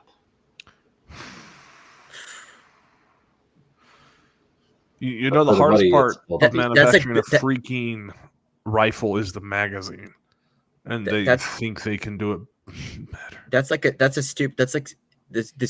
It's like that would be as stupid as designing a Glock clone pistol and not using Glockazines. Yeah, and using 1911 magazines. Not even 1911 magazine. No, you're making your own magazine. Yeah, it's making That's just ridiculous. That's ridiculous. Oh, I mean, we can get in touch with them and see what they say. They'll have their contact info. Well, as long as it's a 700 footprint, then you can just slap that into a proper stock and use proper AICS pattern magazine. I guess that's true. You most likely will replace the stock anyways. So yeah.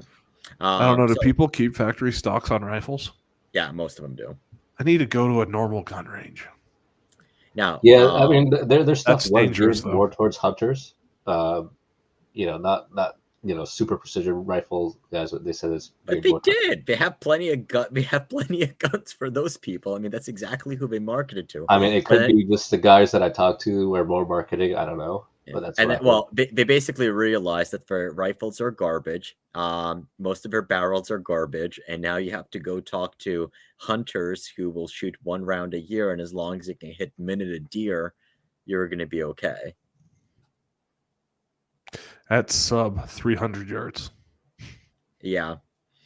It'll be interesting. I mean, $800 rifle, that's going to be interesting. I mean, and I thought that would be really, really good, but if they're going to use proprietary magazines, I think it's a little stupid. That's going to be. Yeah. Who took that feedback? I want to know who made that decision. That's what I want to know. Let's just go away from the industry standard because someone complained that the magazine rattles. Yeah.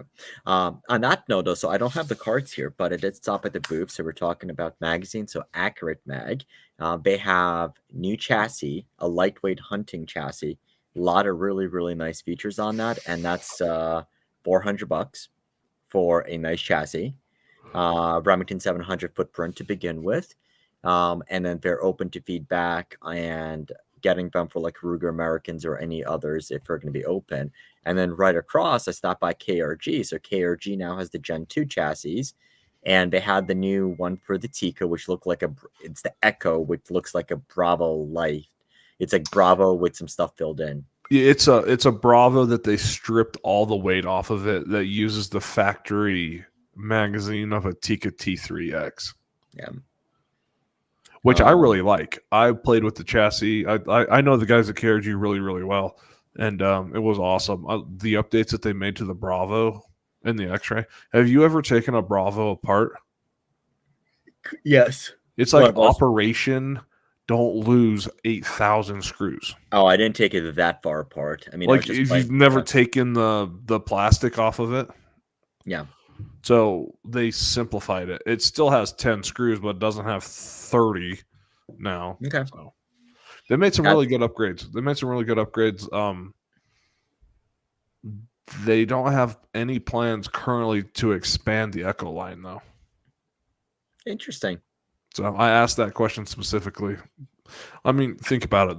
They just dropped $150K on a mold for the Echo, right? Or something like that. It's expensive. And that's why it took them so long to do the Ruger American.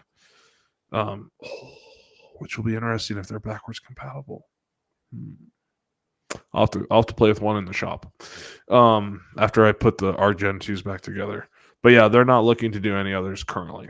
So they'll probably see what their cells do on the Tika, and then they'll adjust from there probably. Cool. But they picked the perfect rifle to do it too. Yeah. Because unlike Bagara, Tika won't freaking put their rifles in a usable stock. I mean, the Bagara B14s, adjustable combs, like Bagara is just crushing it with the variations of rifles for the different use cases. And Tika's just over there like, we have the best action in the world and we don't give a crap about anything. Like, it's just, I don't understand Tika at all. And you try and give them feedback and they just are a closed door. Nice. All right. DSI. So I did the video on the MFR. That is their new modern fighting rifle. Had really good conversations with them. And actually along the same lines, I mean, they had a new concept there, a new concept bolt gun, which we did play with. Very interesting. We'll kind of have a little bit more of a bigger video on it. But I will say, though, they were like, hey, we're talking. So they had a gun in 6 ARC. We're going to go down to Florida. We're going to go shoot it. And we probably will be working with them on a very cool gun. So we'll leave it at that. That was the other guy. That was dinner. Okay, Rise. I knew that. Colt. We talked about Colt. The other people from there. Don't remember him. Oh, HiViz. So they had new sight, which was pretty cool. They shot that at range day. I like that sight. So basically what it is, it's like a red fiber optic sight, and then on the back there was like this other fiber that if it's a line, that red looks like it's green. So it was pretty cool. So like it's almost kind of like instead of using a red dot, this is kind of like a red dot light, very, very high visibility and pretty interesting. Oh, that's actually who Jonathan represented. I was like, okay, who did? I'm like, I got Jonathan Harling's card from Murray Road, and I'm like, okay, who the hell did he represent? It was HiViz. Okay, and then Uintah Precision out of Utah. Uintah. Is that how you pronounce it? Uintah. Yep. Uintah. You into multiple wives? Yes. I wonder if they are. No, there's no Mormons down in St. George, right? Or is there? Is that where all of them are? There's if there's Mormons with multiple wives, they're probably in St. George. Okay. I'll have to ask them if they are. So Uintah, they had their uppers in 22 arc, which is really amazing to shoot, and it was like really really fun. Is it their bolt? Yeah. Are they still just bolt? Yeah, it's bolt action upper for a regular AR-15. They also have a muzzle loader, and now they also make regular semi-auto ARs as well. Okay. Yeah, I didn't get it. I usually go and visit those guys, but I didn't get a chance this year. Okay. They'll probably be at the They'll probably be at the Western Hunting Expo in a couple weeks. All right, so I'm now going to go through some of the comments. As the Garmin I actually walked around specifically on this one. Okay, go ahead, Aaron. So, screw Garmin. What? Yeah, screw Garmin and everything they stand for. You were a Garmin fanboy. I still am a Garmin fanboy, but I don't like their sales reps at all. Okay. If you want to sell the Garmin, you have to bring on one of our other lines because we're selling 1 million Garmins right now, but none of our other products. So, blah, blah, blah, blah, whatever. Just sell me the one product that fits my store. Anyways, that's my rant on Garmin salespeople. The reactions from the other manufacturers was LabRadar has a small unit that looks like a Garmin. It's twice the size of a Garmin, but it's all metal. Its mounting point's all metal. It's recoil rated, where the Garmin is not recoil rated. If you put a Garmin on your rifle, it voids the warranty. I did not know that. Okay. Yeah, so all the Arca clamps and stuff out there, I have yet to mount mine on a rifle. So, as far as you know, have any failed so far? No. But that's not their intended use case. And Garmin was like, well, if you're gonna do something that we didn't design it for and you break it, it's on you. So how do they prove it that you ever put it on a rifle? I don't know, but whatever. So LabRadar has one. It's basically a dumbed down a full size LabRadar into a pocket size, twice the size of the Garmin. It weighs significantly more than the Garmin. So here's the question: you said, did they dumb it down, or did they just repackage the LabRadar into a smaller size? They removed a couple pieces. The LabRadar could take 5 speeds downrange. Correct. The new one can only take 2. What about the Garmin? The Garmin only takes muzzle velocity at the muzzle. Okay, so the Garmin does not track the bullet as it goes downrange. No, the Garmin is a true muzzle at the muzzle. Whereas the LabRadar will pick up a couple. The LabRadar will pick up 5. It can pick up 5 if you program it to downrange and you align it correctly. Okay, so I have to check, but I think the raw data, if you go into the raw data, it gives you all of the data points that it tracks, and I could have sworn it was like a lot more than just 5, right? I was just talking to the owner of LabRadar, and that's what he told me. So honestly, I have done the very basics with the LabRadar. Okay. I'm not a LabRadar guru by any stretch of the imagination, right? So that, it was great to see them. It's going to come at the same price point of the Garmin. Unfortunately, Garmin stole a huge amount of market share, and they'll probably continue to steal market share. The good news is they have not penetrated too far outside of the precision rifle area. But that being said, we still sell LabRadars pretty well, and this little pocket unit I think will do really well. It has all the full functionality of that. And then as I was walking really fast past the Caldwell booth, I happened to spot a Caldwell LabRadar. Therefore, they said they use a different technology, and it's supposed to track BC, but we've heard that from all of them. So. Well, hypothetically, you can track BC just by knowing the velocity of the bullet as it goes down range and then backing it out. Yeah, one of their things was, so this tracks BC, takes multiple readings. It really looks like a LabRadar. Looks like a LabRadar, but the Caldwell guy said it would be fully controllable from your phone, where the LabRadar app was always kind of iffy.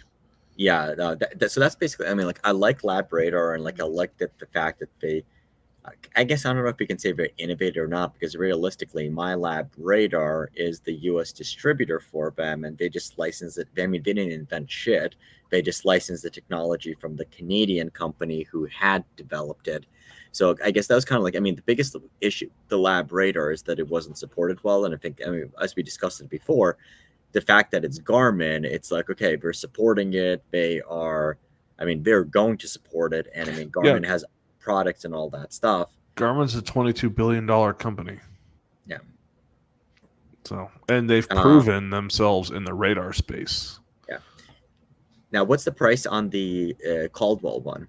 I think they said $499 or something. So it's right in that same price range. So basically, Garmin and Caldwell now have competing products that are equally Caldwell and Lab Radar have competing products. But Garmin's kind of its own unique animal. I'm like, okay, well, if you take a step back out of it, I mean, what is the Garmin? It's a Doppler chronograph. Yeah. Now this one is just super, super small. But then even here's the thing, though. Before that, I mean, Garmin wasn't the first one to do that. You had the Bullet Seeker, which is very popular in Europe. And you have the FX. And you have the FX one, which we also covered last year. So the Garmin one is just the first one who is pocket size. And second one that's pocket size. We will answer those questions. It's just kind of going through it. I will absolutely do that, and we'll absolutely answer all the super chats and all that stuff. I promise, guys. So it just, like I said, some of these guys, like some of the questions I'm just picking up from like people that I know have been on the channel from like almost like since day one, and like kind of fit in the motif, and that is why we kind of picked that one up. But I will go back through. So to answer his question, what were the other manufacturers' reactions? Lab Radar was really disappointed. They've got beat to the market. They said they'd had it in, they've had it in the works for the last couple of years, and Garmin they beat them. They beat them to the market. That's what happened. And I don't feel bad about that at all for the U.S. distributor, because I mean, hopefully it gives them a little bit of humbleness. So when I was meeting at NRA, which was, I guess, in May or June or something like that, I went to the Lab Radar booth, which is also the distributor of the Trigger Cam. And I told them, hey, I love the Lab Radar. We did a number of videos on it. I actually got the Lab Radar from Creedmoor Sports through that partnership, and talked to him about that. I'm like, hey, is it possible to get a Trigger Cam for review? And he was like, well, let me see who your channel is. And we kind of had this long conversation. And he's like, okay, well, maybe if you buy one, the next time I'll give you a 10% discount or something. And I'm like, okay, don't get me wrong. I'm like not like a dickwad or something, but like that's just not how it works. It's like I'm like, look, it's like, just let me borrow one. I mean, like, I'm just interested in seeing how it works. And like, just the fact that like we kind of thought that they're like holier than thou, was very, I mean, it rubbed me the wrong way. So when the FX came out, I was like extremely pleased about that. And now that the Garmin is here, and like I went to the Garmin booth at Range Day, and I met the marketing person, and he was like, I emailed him a couple of times, and he's like, I extremely apologize, I didn't get in touch. But he's like, yep, here's my personal phone number, here's my email. As soon as we have one available, I'll have no problem sending it out for you for your channel to use and all that. I'm like, awesome. So I feel better about that. But like, it's like purely from a product perspective. Like if you have your hard-earned $400 or $500 or $600 and you're trying to decide what company to go with, it's very stupid not to go for the Garmin right now, unless you have FU money and you're like, oh, $500. Okay, I don't care if this breaks tomorrow, because that Garmin is going to be there to support it, publish updates on it. And as opposed to my Lab Radar, I mean, like, there's groups dedicated to bitching about the software issues. I mean, half the time, like, I don't even use the Lab Radar app because it is so atrocious. And I store it there. I mean, like, we're even like something like stupid, like, okay, the port that we're using, I mean, like, we're still using micro USB port, which is like, okay, that port breaks. And the fact that, like, I mean, like, so they're selling a Lab Radar tripod for like $150 or something like that. It was like, it's just grossly overpriced. Or a Lab Radar branded power bank. And he's like, well, we can't say that other power banks are going to work. I'm like, okay, go on Amazon and get a $10 power bank. Oh, okay. So Michael, I know who bought one. Rumor has the Garmin Warranty Service personnel use standard FBI GSR testing to check for off-prescription use on gun mounting. It doesn't matter. You wipe it off. I shot a handgun at SHOT Show last year, got on an airplane 2 hours later, and I got screened, and I went right through. Like, literally. Okay. You wipe it off, there's no residue. And then I talked to a TSA agent this year, and he's like, it's looking for chemicals and explosives, not gunpowder. Yep. So it's almost impossible to pick up traces of gunpowder. And if you have it mounted on top of your optic, you're not picking up any gunpowder. Like, you'd have to be really at the muzzle to pick up any of the residue. And again, it's not gonna screen on their test. Yeah. So I think it'd just be stupid even to just wipe it down before you send it in. Well, the biggest would be to get on your Facebook page and they see a rifle with it attached. That'd be the biggest thing, right? Yeah. But, you know, like, so I mean, it really depends on, like, okay, what kind of company Garmin is. Do we actually want to invest more resources into trying to prove? I mean, it's not like you're hiring someone for an interview and it's okay. It's like a $600 item. I forgot to plug my camera in. Give me a second. All right. So did Ruger ever get the SFAR issues fixed, or is it still hit or miss? I know we finally admitted a gas pin issue, but others seems to solve issues. I honestly don't know. I didn't have issues with mine unless I was shooting suppressed with light loads. But when I shot the SFAR and 6.5 Creedmoor, I didn't have any issues. But I will find out. Obviously, every gun is going to be a little bit different, but I haven't had legit issues with mine. And we'll definitely be shooting and testing more the SFAR and 6.5 Creedmoor. Go plug your camera in, then I got a question for you. Wait, Brian, what do you mean you're left all metal? Well, you have like a bunch of metal parts in it, right? Who's bending ballistics? That's Ryan Giroux, competitive shooter. That's the one that I went to his range in Kentucky. He's a fellow YouTuber, somebody in my network, somebody you will get to know. Sounds like I need to go look this guy up. Somebody who will be getting a lot of patches soon. Only 400 subscribers. Get out of here. Just kidding. I love accounts with small subscriber accounts. And that beard. One day I'll be that cool. It's never going to happen. I think I'm one step above Latins and Asians with beard growing. Right. Just barely one step above them. Hey, so not bad. My Panasonic S5 2X for HDMI lasted just under 2 hours. Good. Okay, I got a question for you. Since you talk to Ruger all the time, Matt told me that they test each rifle caliber rifle with 35,000 rounds before they approve them for production. Yeah. Is that per rifle type or is that per caliber? Right? I just don't remember exactly what he said. Generally per caliber. It's generally.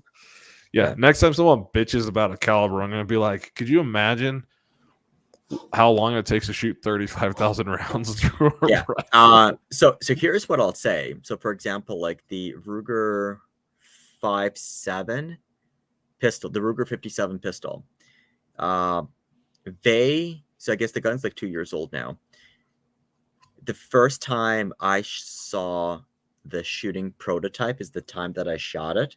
That was a year and a half before it was released into production. So they had that gun in their own before they showed any. So we're not even just talking about media, like at a media event, like internally when like 2 or 3 people are discussing the idea. It generally, their production cycle is about 3 years, like 3 to 4 years is their development process. They're one of those companies, and I guess this will be a good transition to Palmetto State Armory. Ruger is one of those companies. So like when they release a product, that means there's thousands already ready to go in the warehouses and they're about to ship them out. Other companies, they're going to be like, okay, well, this is a concept gun or something like that. Ruger is definitely not one of those companies. They test them for long periods of time before it's actually released, or even like told to anybody. Yeah, I was rather impressed when he said that. I was like, ooh. Aaron, we met at the Alabama Precision at Gap Grind. I doubt it. I've never been to the Gap Grind. Ooh. You may be talking about Aaron Mishard, but I personally, it's on my list. One of these days, I'll go shoot the Gap Grind, but I have never shot the Gap Grind. Okay, so PSA. I will hand it off to PSA. This year, they made a massive change. They're no longer saying, hey, this is a gun that's going to go in production soon.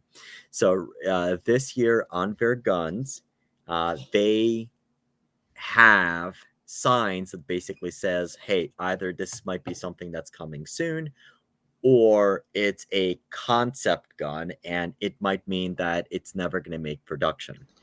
And they listed like 8 concept guns on their site, and they're having people vote on what they want the most. Correct. Where is that on their site? I want to see that. They sent an email on that. It's also on their social media.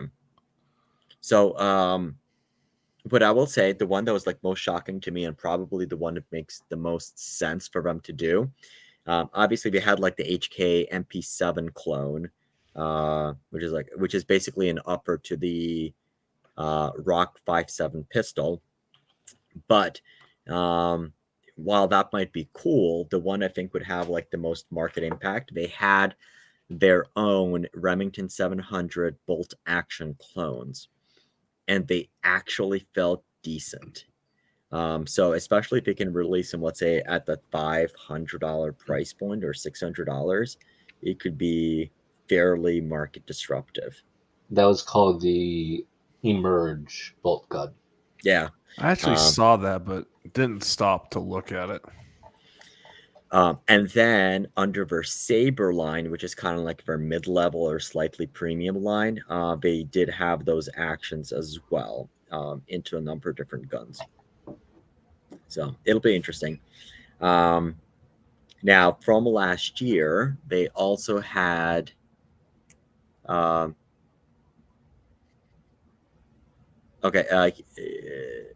Nick just posted the link on the private side to the product. Oh, nice. I was just flipping through the YouTube. Okay. YouTube, so they had... they got them below. Perfect. Yep. So they had a bunch. How would you compare the Ruger and PSA 5.7 pistols? They're made to specific different price points. I would say that. You have to realize that Slav gets paid by Ruger under the table. So if that says Ruger on it, he's like, I've probably made more money from PSA because you totally have. They have a great affiliate program. They have a great affiliate program. So there's actually a couple of new 5.7 pistols out there too. I think EAA has one, and like there's a couple other manufacturers that came out with them now too. And there's a couple of 5.7 carbines. Smith & Wesson put one out, right? Yeah, that was 6 months ago, 5 months ago, something like that. Dude, that Saber Enhanced looks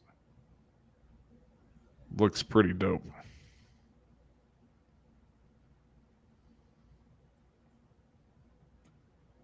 Oh my god, he's going for the caveman look. What the heck is the Thumper?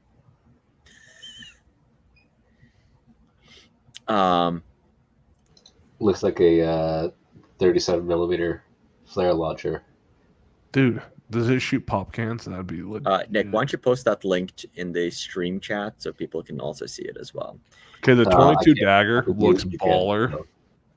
Yeah, so it's interesting. I mean, we'll have to actually see what makes it out of production. They had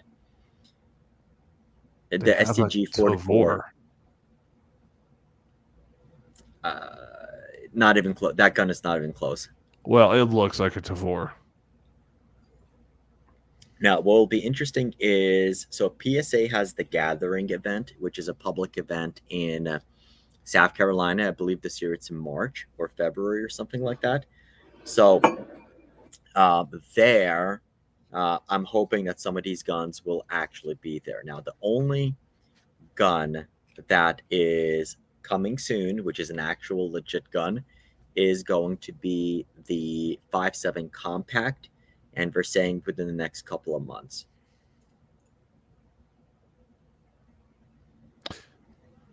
The 10 millimeter compact on their concept guns, they would murder it, because the only one who makes a good 10 millimeter handgun is the Glock 20, I think. Yeah, there's others now, but it's full size. The Glock 20 is full size. So this looks like a 4-inch, maybe 3-inch variant. Yeah. All right. So Ryan, why doesn't everyone in your panel grow out a beard from now until SHOT Show? And the shortest beard? No, I can't leave the house without shaving. Like, I feel dirty and disgusting if I have like any scrubble. So aren't you probably supposed to have the ringlets? Is that like a Jew joke of some sort? Hey, Aaron, why don't you go have one of your wives bring you some food? Which one? Oh, you're playing along with that, you dirty, dirty man. Yeah. The fun of SHOT Show. The fun of SHOT Show. I actually had a legit reason to go to the Glock booth this year and not to try and steal swag. Not that I steal a lot of swag, but the Glock usually has some patches that are pretty cool. I went to the Glock booth and I asked them what the freaking deal was with the G49 and G47, because I was been trying to figure it out and I could never figure it out. So it's a Glock in a different caliber. No, they're same caliber. It's all 9. It sounded like they were retiring the G17 and they're replacing it with either the 47 or 49. I can't remember. No, the 47 was basically Glock 19 size frame with a 17 slide. Yeah, it was the reverse of the 45, I think. Yeah. Wow. Nice. Oh, I forgot we're streaming to Rumble and did not look at any of those comments, and I'm sure we have a whole bunch of people watching on Rumble. As far as the beards, Ryan, there will be someone who actually we know people who do that. To answer the question about the mags, Lancer has yellow, red, blue, and clear, and apparently there's a purple coming out very, very soon. Huxworks Rugged updated the surge can. Now it's shorter and uses the industry standard fretting pattern. So if you want to use your own quick detach system, they have those. Just going through these. Okay, Franklin Armory has the binary triggers for the Glock 22s and the Strybog.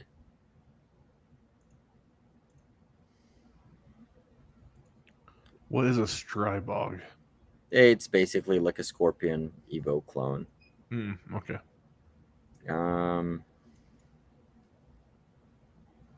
Okay, that's accurate. Armazika. Ely had new ammo. There were new thermals. Okay, so that was the first thing. Okay, so I'm going back.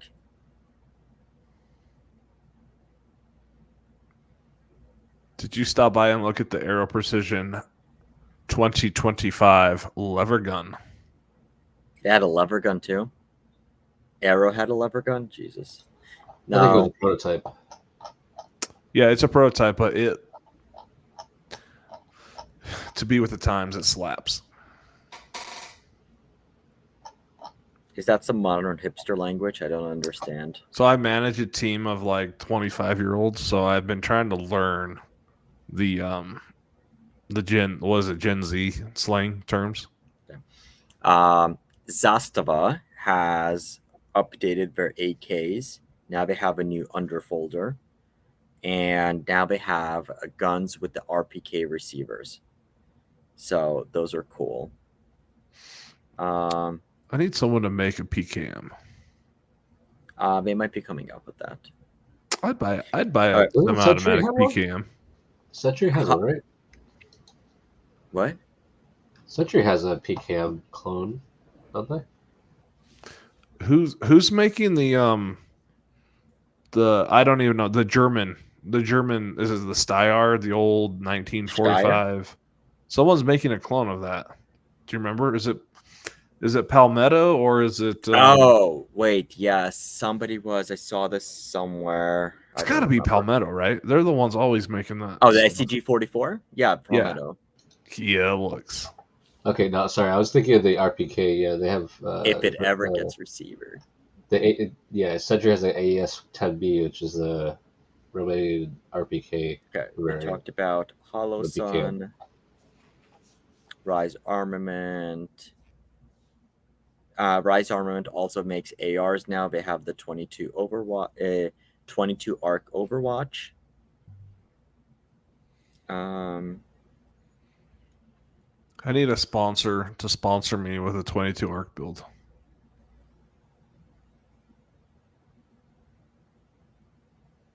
Okay, we talked about Apex, the new binos, the new red dot sights. Pristine Actions has the Carey Price edition gun, which was cool. They're also doing build kits, so it's going to be a barreled action with your choice of stock for about $2,500, which seems like a good deal. Okay, MDT, the zero stage trigger, did get play with that. HTI. They also released a shorter version of the ACC chassis for the Rimfire boys. Cool. So they kind of dumbed the ACC Pro down just a little bit, and they cut it at 15 inches instead of 18.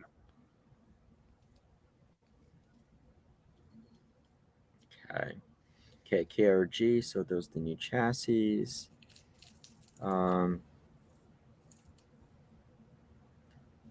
Okay, that's the TNW. Carey Price.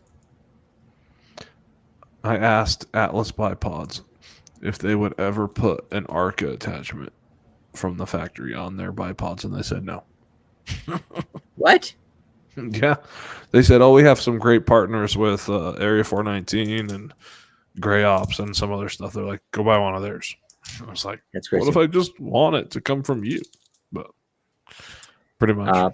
Pristine needs to release for long actions. Those are coming.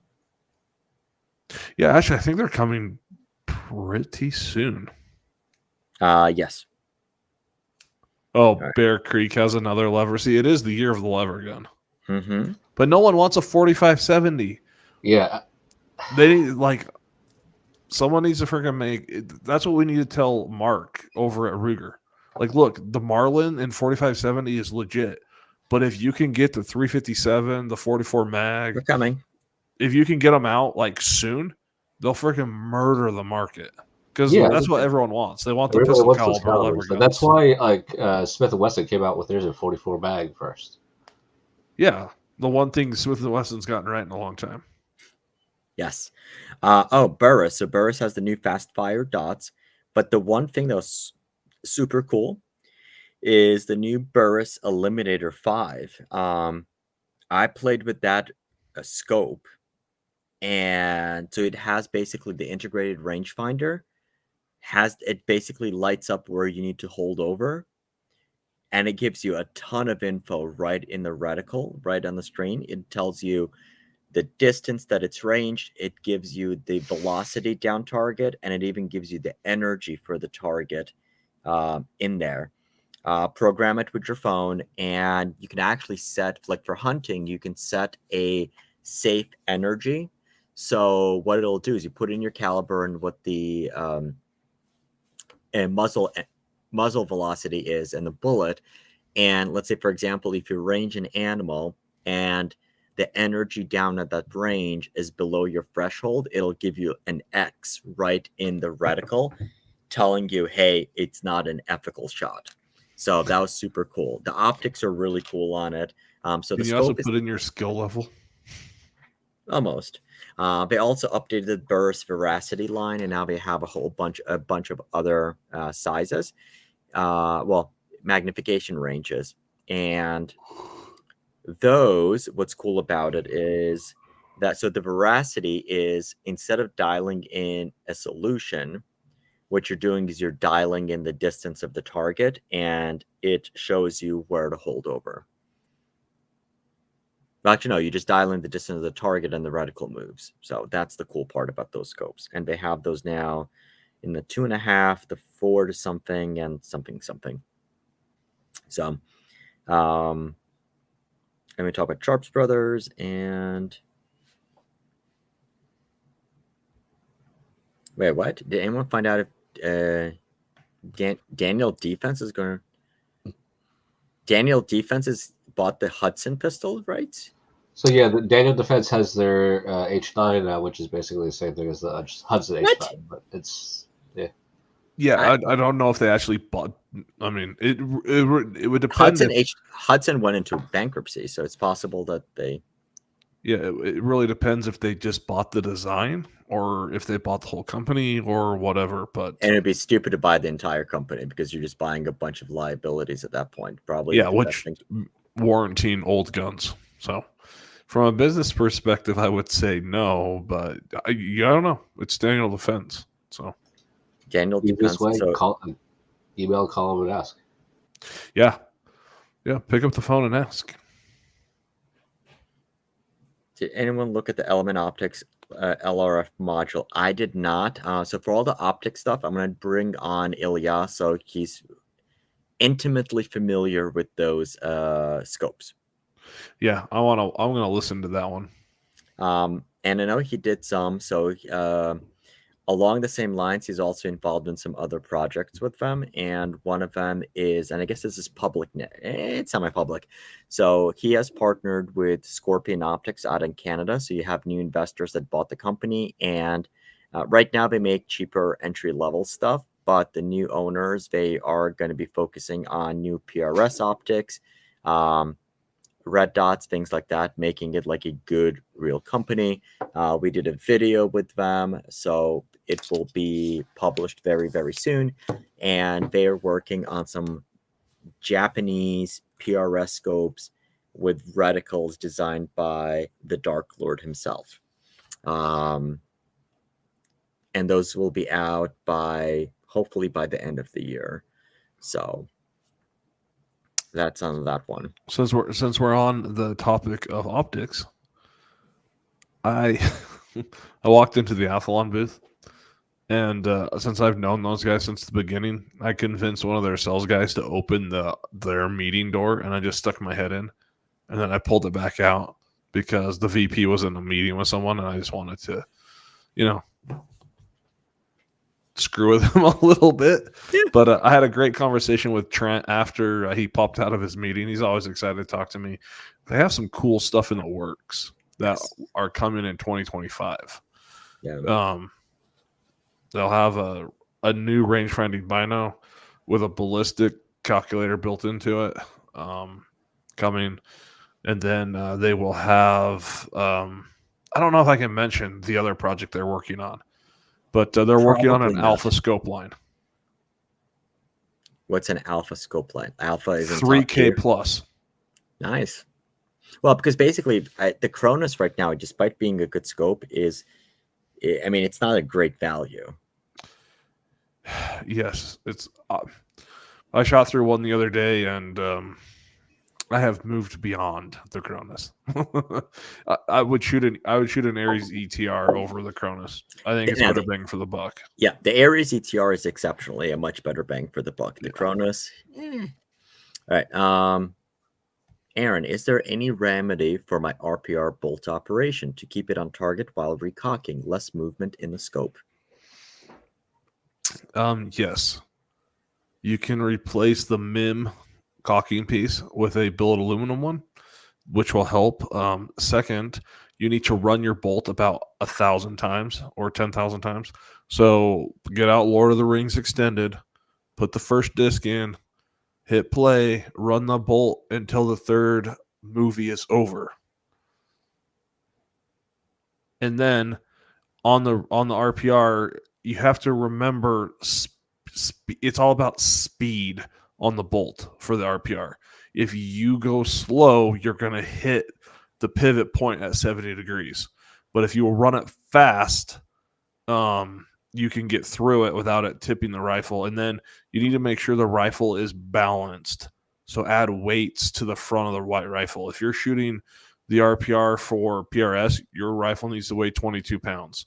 And you need to put the weight on the front of the rifle so that when you tilt it, when you run that bolt fast and it wants to tilt it doesn't tilt. And then you have to make sure if you're on a bipod, you have it tight, or if you're on a sandbag, that you've sunk into it enough so that when you run the bolt, you put one hand on your scope and then you push towards the bolt when you come up and run it. That's the one drawback to using the Ruger Precision in competition is its bolt lift rolls the gun if you don't do it. So dry fire your gun. See what works for you. Add some weight to the front. If you have a key mod version, Dependable Arms makes an amazing weight system. They also make M-Lock ones. You can double stack them. They're great. If not, practice running it. How much force do you need on top of your gun to hold it still while you run it? I still run one in competition. I think I'll replace it, though, with just a really smooth Remington. Like, it's after competing at a high level with my Voodoo 22, the Ruger, unless you're going to shoot like factory class or base class, I don't remember what it's called in PRS. They change the names every year. There's no, I mean, it's a slight handicap. But if it's the only thing you have, the suggestions that I gave will help you work through that piece. Yeah. Now, would the titanium bolt shroud for the RPR help with that? Smooth it out a little more. It doesn't help with that particular piece, but it makes the bolt smoother. And I would use the solid titanium, not the one with the tool in it, because it's heavier. And the weight actually helps with the forward motion, not the sticking point. But you just run it fast. If you run the bolt fast and smooth, it will work just as well. So cool. Yeah, but it's an art. You got to run it hard, you got to run it fast, and you have to try not to tip the rifle at the same time. If you run it slow, you will roll the rifle. There you go. All right, so I want to start wrapping up. We've been on for 2.5 hours, and quite frankly, I still want to go to sleep because I did not catch up from SHOT Show. So kind of like parting thoughts on this. What a product that you saw at SHOT Show and has a feasible expectancy to be released over the next couple of months are you excited about? Product or firearm? Both.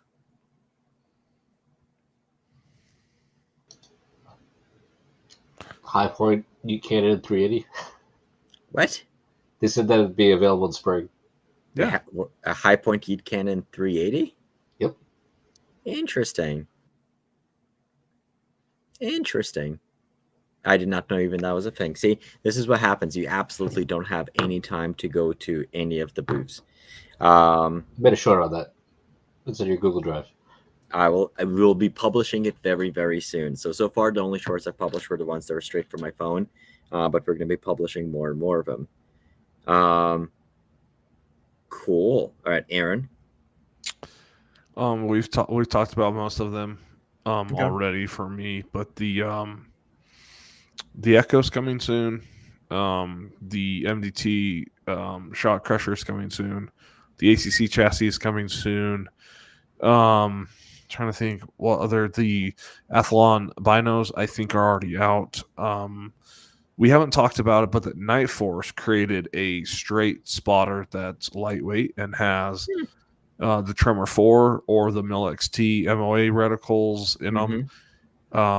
I got to play with it for just a minute. Chasha sucks for optics because you really need to take an optic outside. But it looks impressive, and I think they said that one's coming pretty quick. Euro Optics already has them up for pre-order, so it's got to be very, very quick. Trying to think. Oh, Savage makes the 1911s in 9mm now, which are actually pretty decent. Oh, one thing we haven't talked about is I was in the Fierce Firearms booth. Okay. Because one of my friends who had come for the first year wanted to swing by their booth, so we swung over there. They have a rimfire action coming, or sorry, they have a rimfire rifle coming that uses Remex mags, and I believe they will send me a loaner one so I can play with it a little bit. So Very cool. the next question we should ask is, what was your biggest disappointment of the show? Just the show itself. It was just too many fucking people. Not enough. It was like it was just everyone was there. I kind of wish they would qualify people a little more. Like, I understand it's like the industry, the gun industry. You have to go around, touch and feel, but like, man, there are so many swag whores like Nick. It just I'm a ethical one though. it's just a lot of times they just ends up in the middle of business. Oh, the other thing, the Mark IV Leopolds. Oh, I forgot they to are go that shipping. They are shipping right now. Mm-hmm. So, and they look to be a phenomenal value. Their most expensive one is $1,600, where the Mark V's start at $1,600 and go up to $2,800 or whatever. Wow. So it's the they told me why. It's the Rector piece in the 6-based optics is a lot cheaper than the 5X optics. Okay. So I actually did make videos of me taking swag too. If you look at the eVic, I loved your video where you swiped all of those patches. that was staged. 100% I know it was. staged. It was. I only took one that time. I know it was staged, but it was awesome. So Yeah, it's great. what I forgot, and so from Range Day, there was a company, Sonix Arms, Syndicus Defense. They make American AKs, and oh my god, they ran really nice. But beyond that, what How they much are actually they? had around like 2,000 and less. But more importantly, so they have one, which is and I think the biggest kicker is, and so this is kind of like a little bit of a preview. What it is, it's a piece that goes to the bottom of an AK receiver. So if you have an AK in 223, you can use AR mags with an AK receiver. Oh, speaking of AKs, so Mantis has their Blackbeard X. Okay. They are making new versions, and now it was prototype, but they do have one in production and in development for the AK platform. Now AKs vary so much, so they were actually at the show. The engineers were actually at the show checking it out, making sure it worked in different AKs, all around the show. It was pretty good so far. That's it. But honestly, so I'm looking at the pictures and videos from Range Day. I really am looking forward to the Colt CZ600 clones because they have a proper AICS pattern magazine and chassis. I am looking forward to that. You're just a CZ600 fanboy. I like the gun, but I can't stand CZ management and culture. You need to get Arrow to send you a Solus action. I do. I did shoot it actually. Like I played with it Range Day. Like it was very nice. And we shot the Livery Armory Compact 1911, which had issues. The full size ran with no issues, and their Glock clone was really impressive. It was internally compensated, so that was actually really cool. Sorry. Nice. There's Glock clones or Glock clones now. To me, it's just like there's so many other. But this one felt good. Okay, you ready for my disappointment of the show? Yes. 1, Max did not give me his patch. I didn't see you at that time to give you. I will mail you a freaking. And patch. number 2, I went to JP Enterprises to talk to them about their so-called Miracle AR 22 long rifle. Ooh, okay. They are making they're making like one batch, and it's like 25 or 50 rifles. I'm like, why would you even announce that? Like, okay, so you took all of my joys and happiness and just blew them away, because this won't be like a continuous thing. This will be, hey, we made 50 special edition rifles, and all of the JP dealers will buy them, and they will never leave the gun shops. So it's Wow. like, I don't even know why they did did. you I don't shoot even it? know why Was they it did actually it. good? Supposedly, they said they're holding really well, but they handpicked the barrels out of a whole bunch of barrels, and because they Wow. handpicked the barrels, there's a very few barrels. Wow. So maybe they make 50 a year, but could you could you imagine if Geisley was like, "Hey, we're gonna make a 6 ARC for a military contract, but you only get 50 of them a year"? Like, could you imagine Geisley's like, "Hey, I got a new gun, but there's only 50 of them"? Like that better be like an STI or a Terran tactical gun, right? Yeah, better be like a limited edition Like $10,000 gun. we're making 50 Sand Vipers, and they're like, "Yeah, we're actually gonna make 2,000 But Sand here's the Vipers." thing, though. Like, I mean, if it's a really good idea and if it's a good gun, why wouldn't you want to sell as many of them as possible? I don't think they can get the barrels for them. Honestly, That's probably what it is. I mean, like, if it's like if it requires too much hand attention, that would probably be it. Who makes the barrels for those guns? Or I don't remember. They said it's their barrel manufacturer, but like, I'm guessing at 1,000 barrels, they could pick one or two. So I mean, I'm guessing they went through tens of thousands of barrels and only found a handful. okay. I played with the Solus here. I won't say it was awful, but 0 means do I think it's $1,000 plus action? I don't think it is $1,000. I think No, but you can buy a barreled action for $1,200. Yeah, it's you can get a barrel action for $1,200. And they're using ballistic advantage barrels, and I mean they've always shot really well. Yeah. Now, actually, so what I will say is one of the most peculiar things that I found at range day. So you know how usually, obviously, it's not a secret. By Friday, the executives from all the companies are going and we're walking the shows to check out the other products and such. So that's not uncommon. What was a little bit uncommon, so I spent a considerable amount of time next to the Aero Precision booth, and there were 3 or 4 HK executives hanging out there for about 2 or 3 hours at the Stag / Ballistic Advantage / Aero Precision range day booth.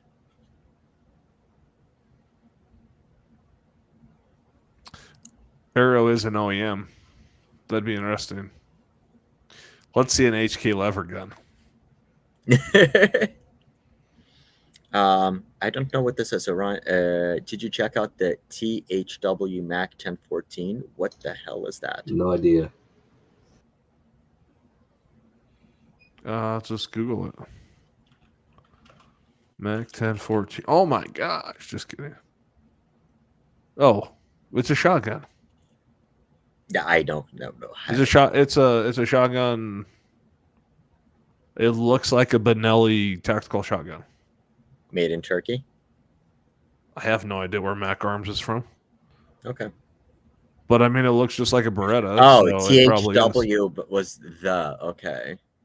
Mac 1014 shotgun. Okay. Military Arms Corp 1014 semi-auto 12 gauge. I mean, it's only $600. It might be worth buying just to have one. Yeah, Turkish. Okay. I have not. Nick usually covers the shotguns at SHOT Show. Nick, are you a shotgun guy? To me, it looks like another Turkish, clone of, the actual product. But does it look like a Benelli? It looks like a Benelli. Yeah, it looks like a 1014. Yeah. Would it shoot like a Benelli though? Might not blow up like a Benelli. I'm sorry. Hold on. It might blow up unlike a Benelli. All right. That's my dream. If anyone ever wants to, that's my low tier dream, right? Because I have high tier dreams of like owning an MG42 one day. My low dreams is to have a Benelli tactical shotgun. Buy one. What? Why don't you just go buy one? Because I'm cheap. Yeah. That's why. I don't have a dealer account for Benelli. Otherwise, I probably would have already bought one. Okay. Okay, it takes 99.9% Benelli parts and has Benelli barrels. It's really the problem with Turkish guns is the question of the metallurgy, right? The metallurgy. Yep. The metallurgy of it. There's a lot of Turkish guns that they send overseas that are blowing up because they're not QC'd. So it really depends on who the importer is and how stringent the quality controls the importer puts in place. So there's one Russian importer that I know that imported Turkish shotguns, and from the moment that they signed the deal, they had to reject like 60% of the guns. So since then, what they start doing is now they have their own person on site at the factory, and they just start rejecting them right there at the factory.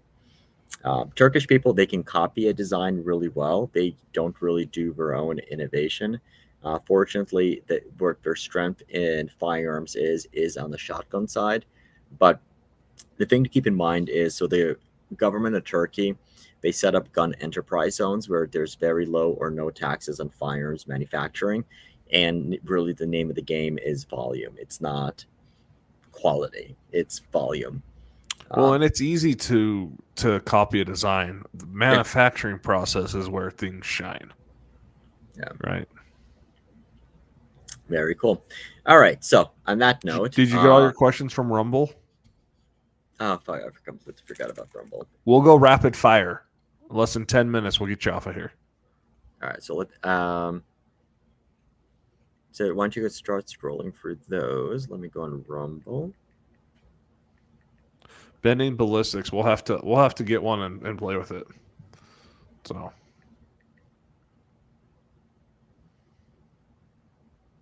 Oh, we can update my app.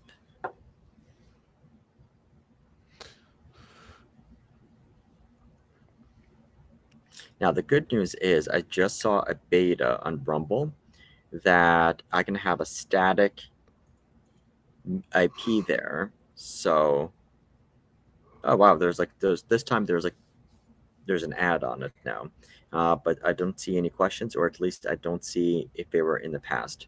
So, unfortunately, you're off the hook. How many fucking ads does Rumble have? Even on a live stream, I just hit skip on 2 ads. Hey, maybe we might actually get paid from Rumble one day. Okay. Yep. I didn't see anything there.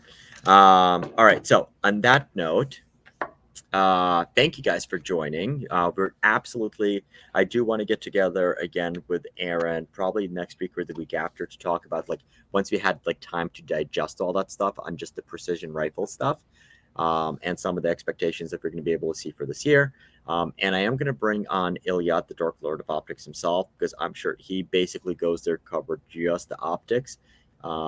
Because I know there is a bunch of innovation and a bunch of new stuff in the optics world, so we'll get the answers from him.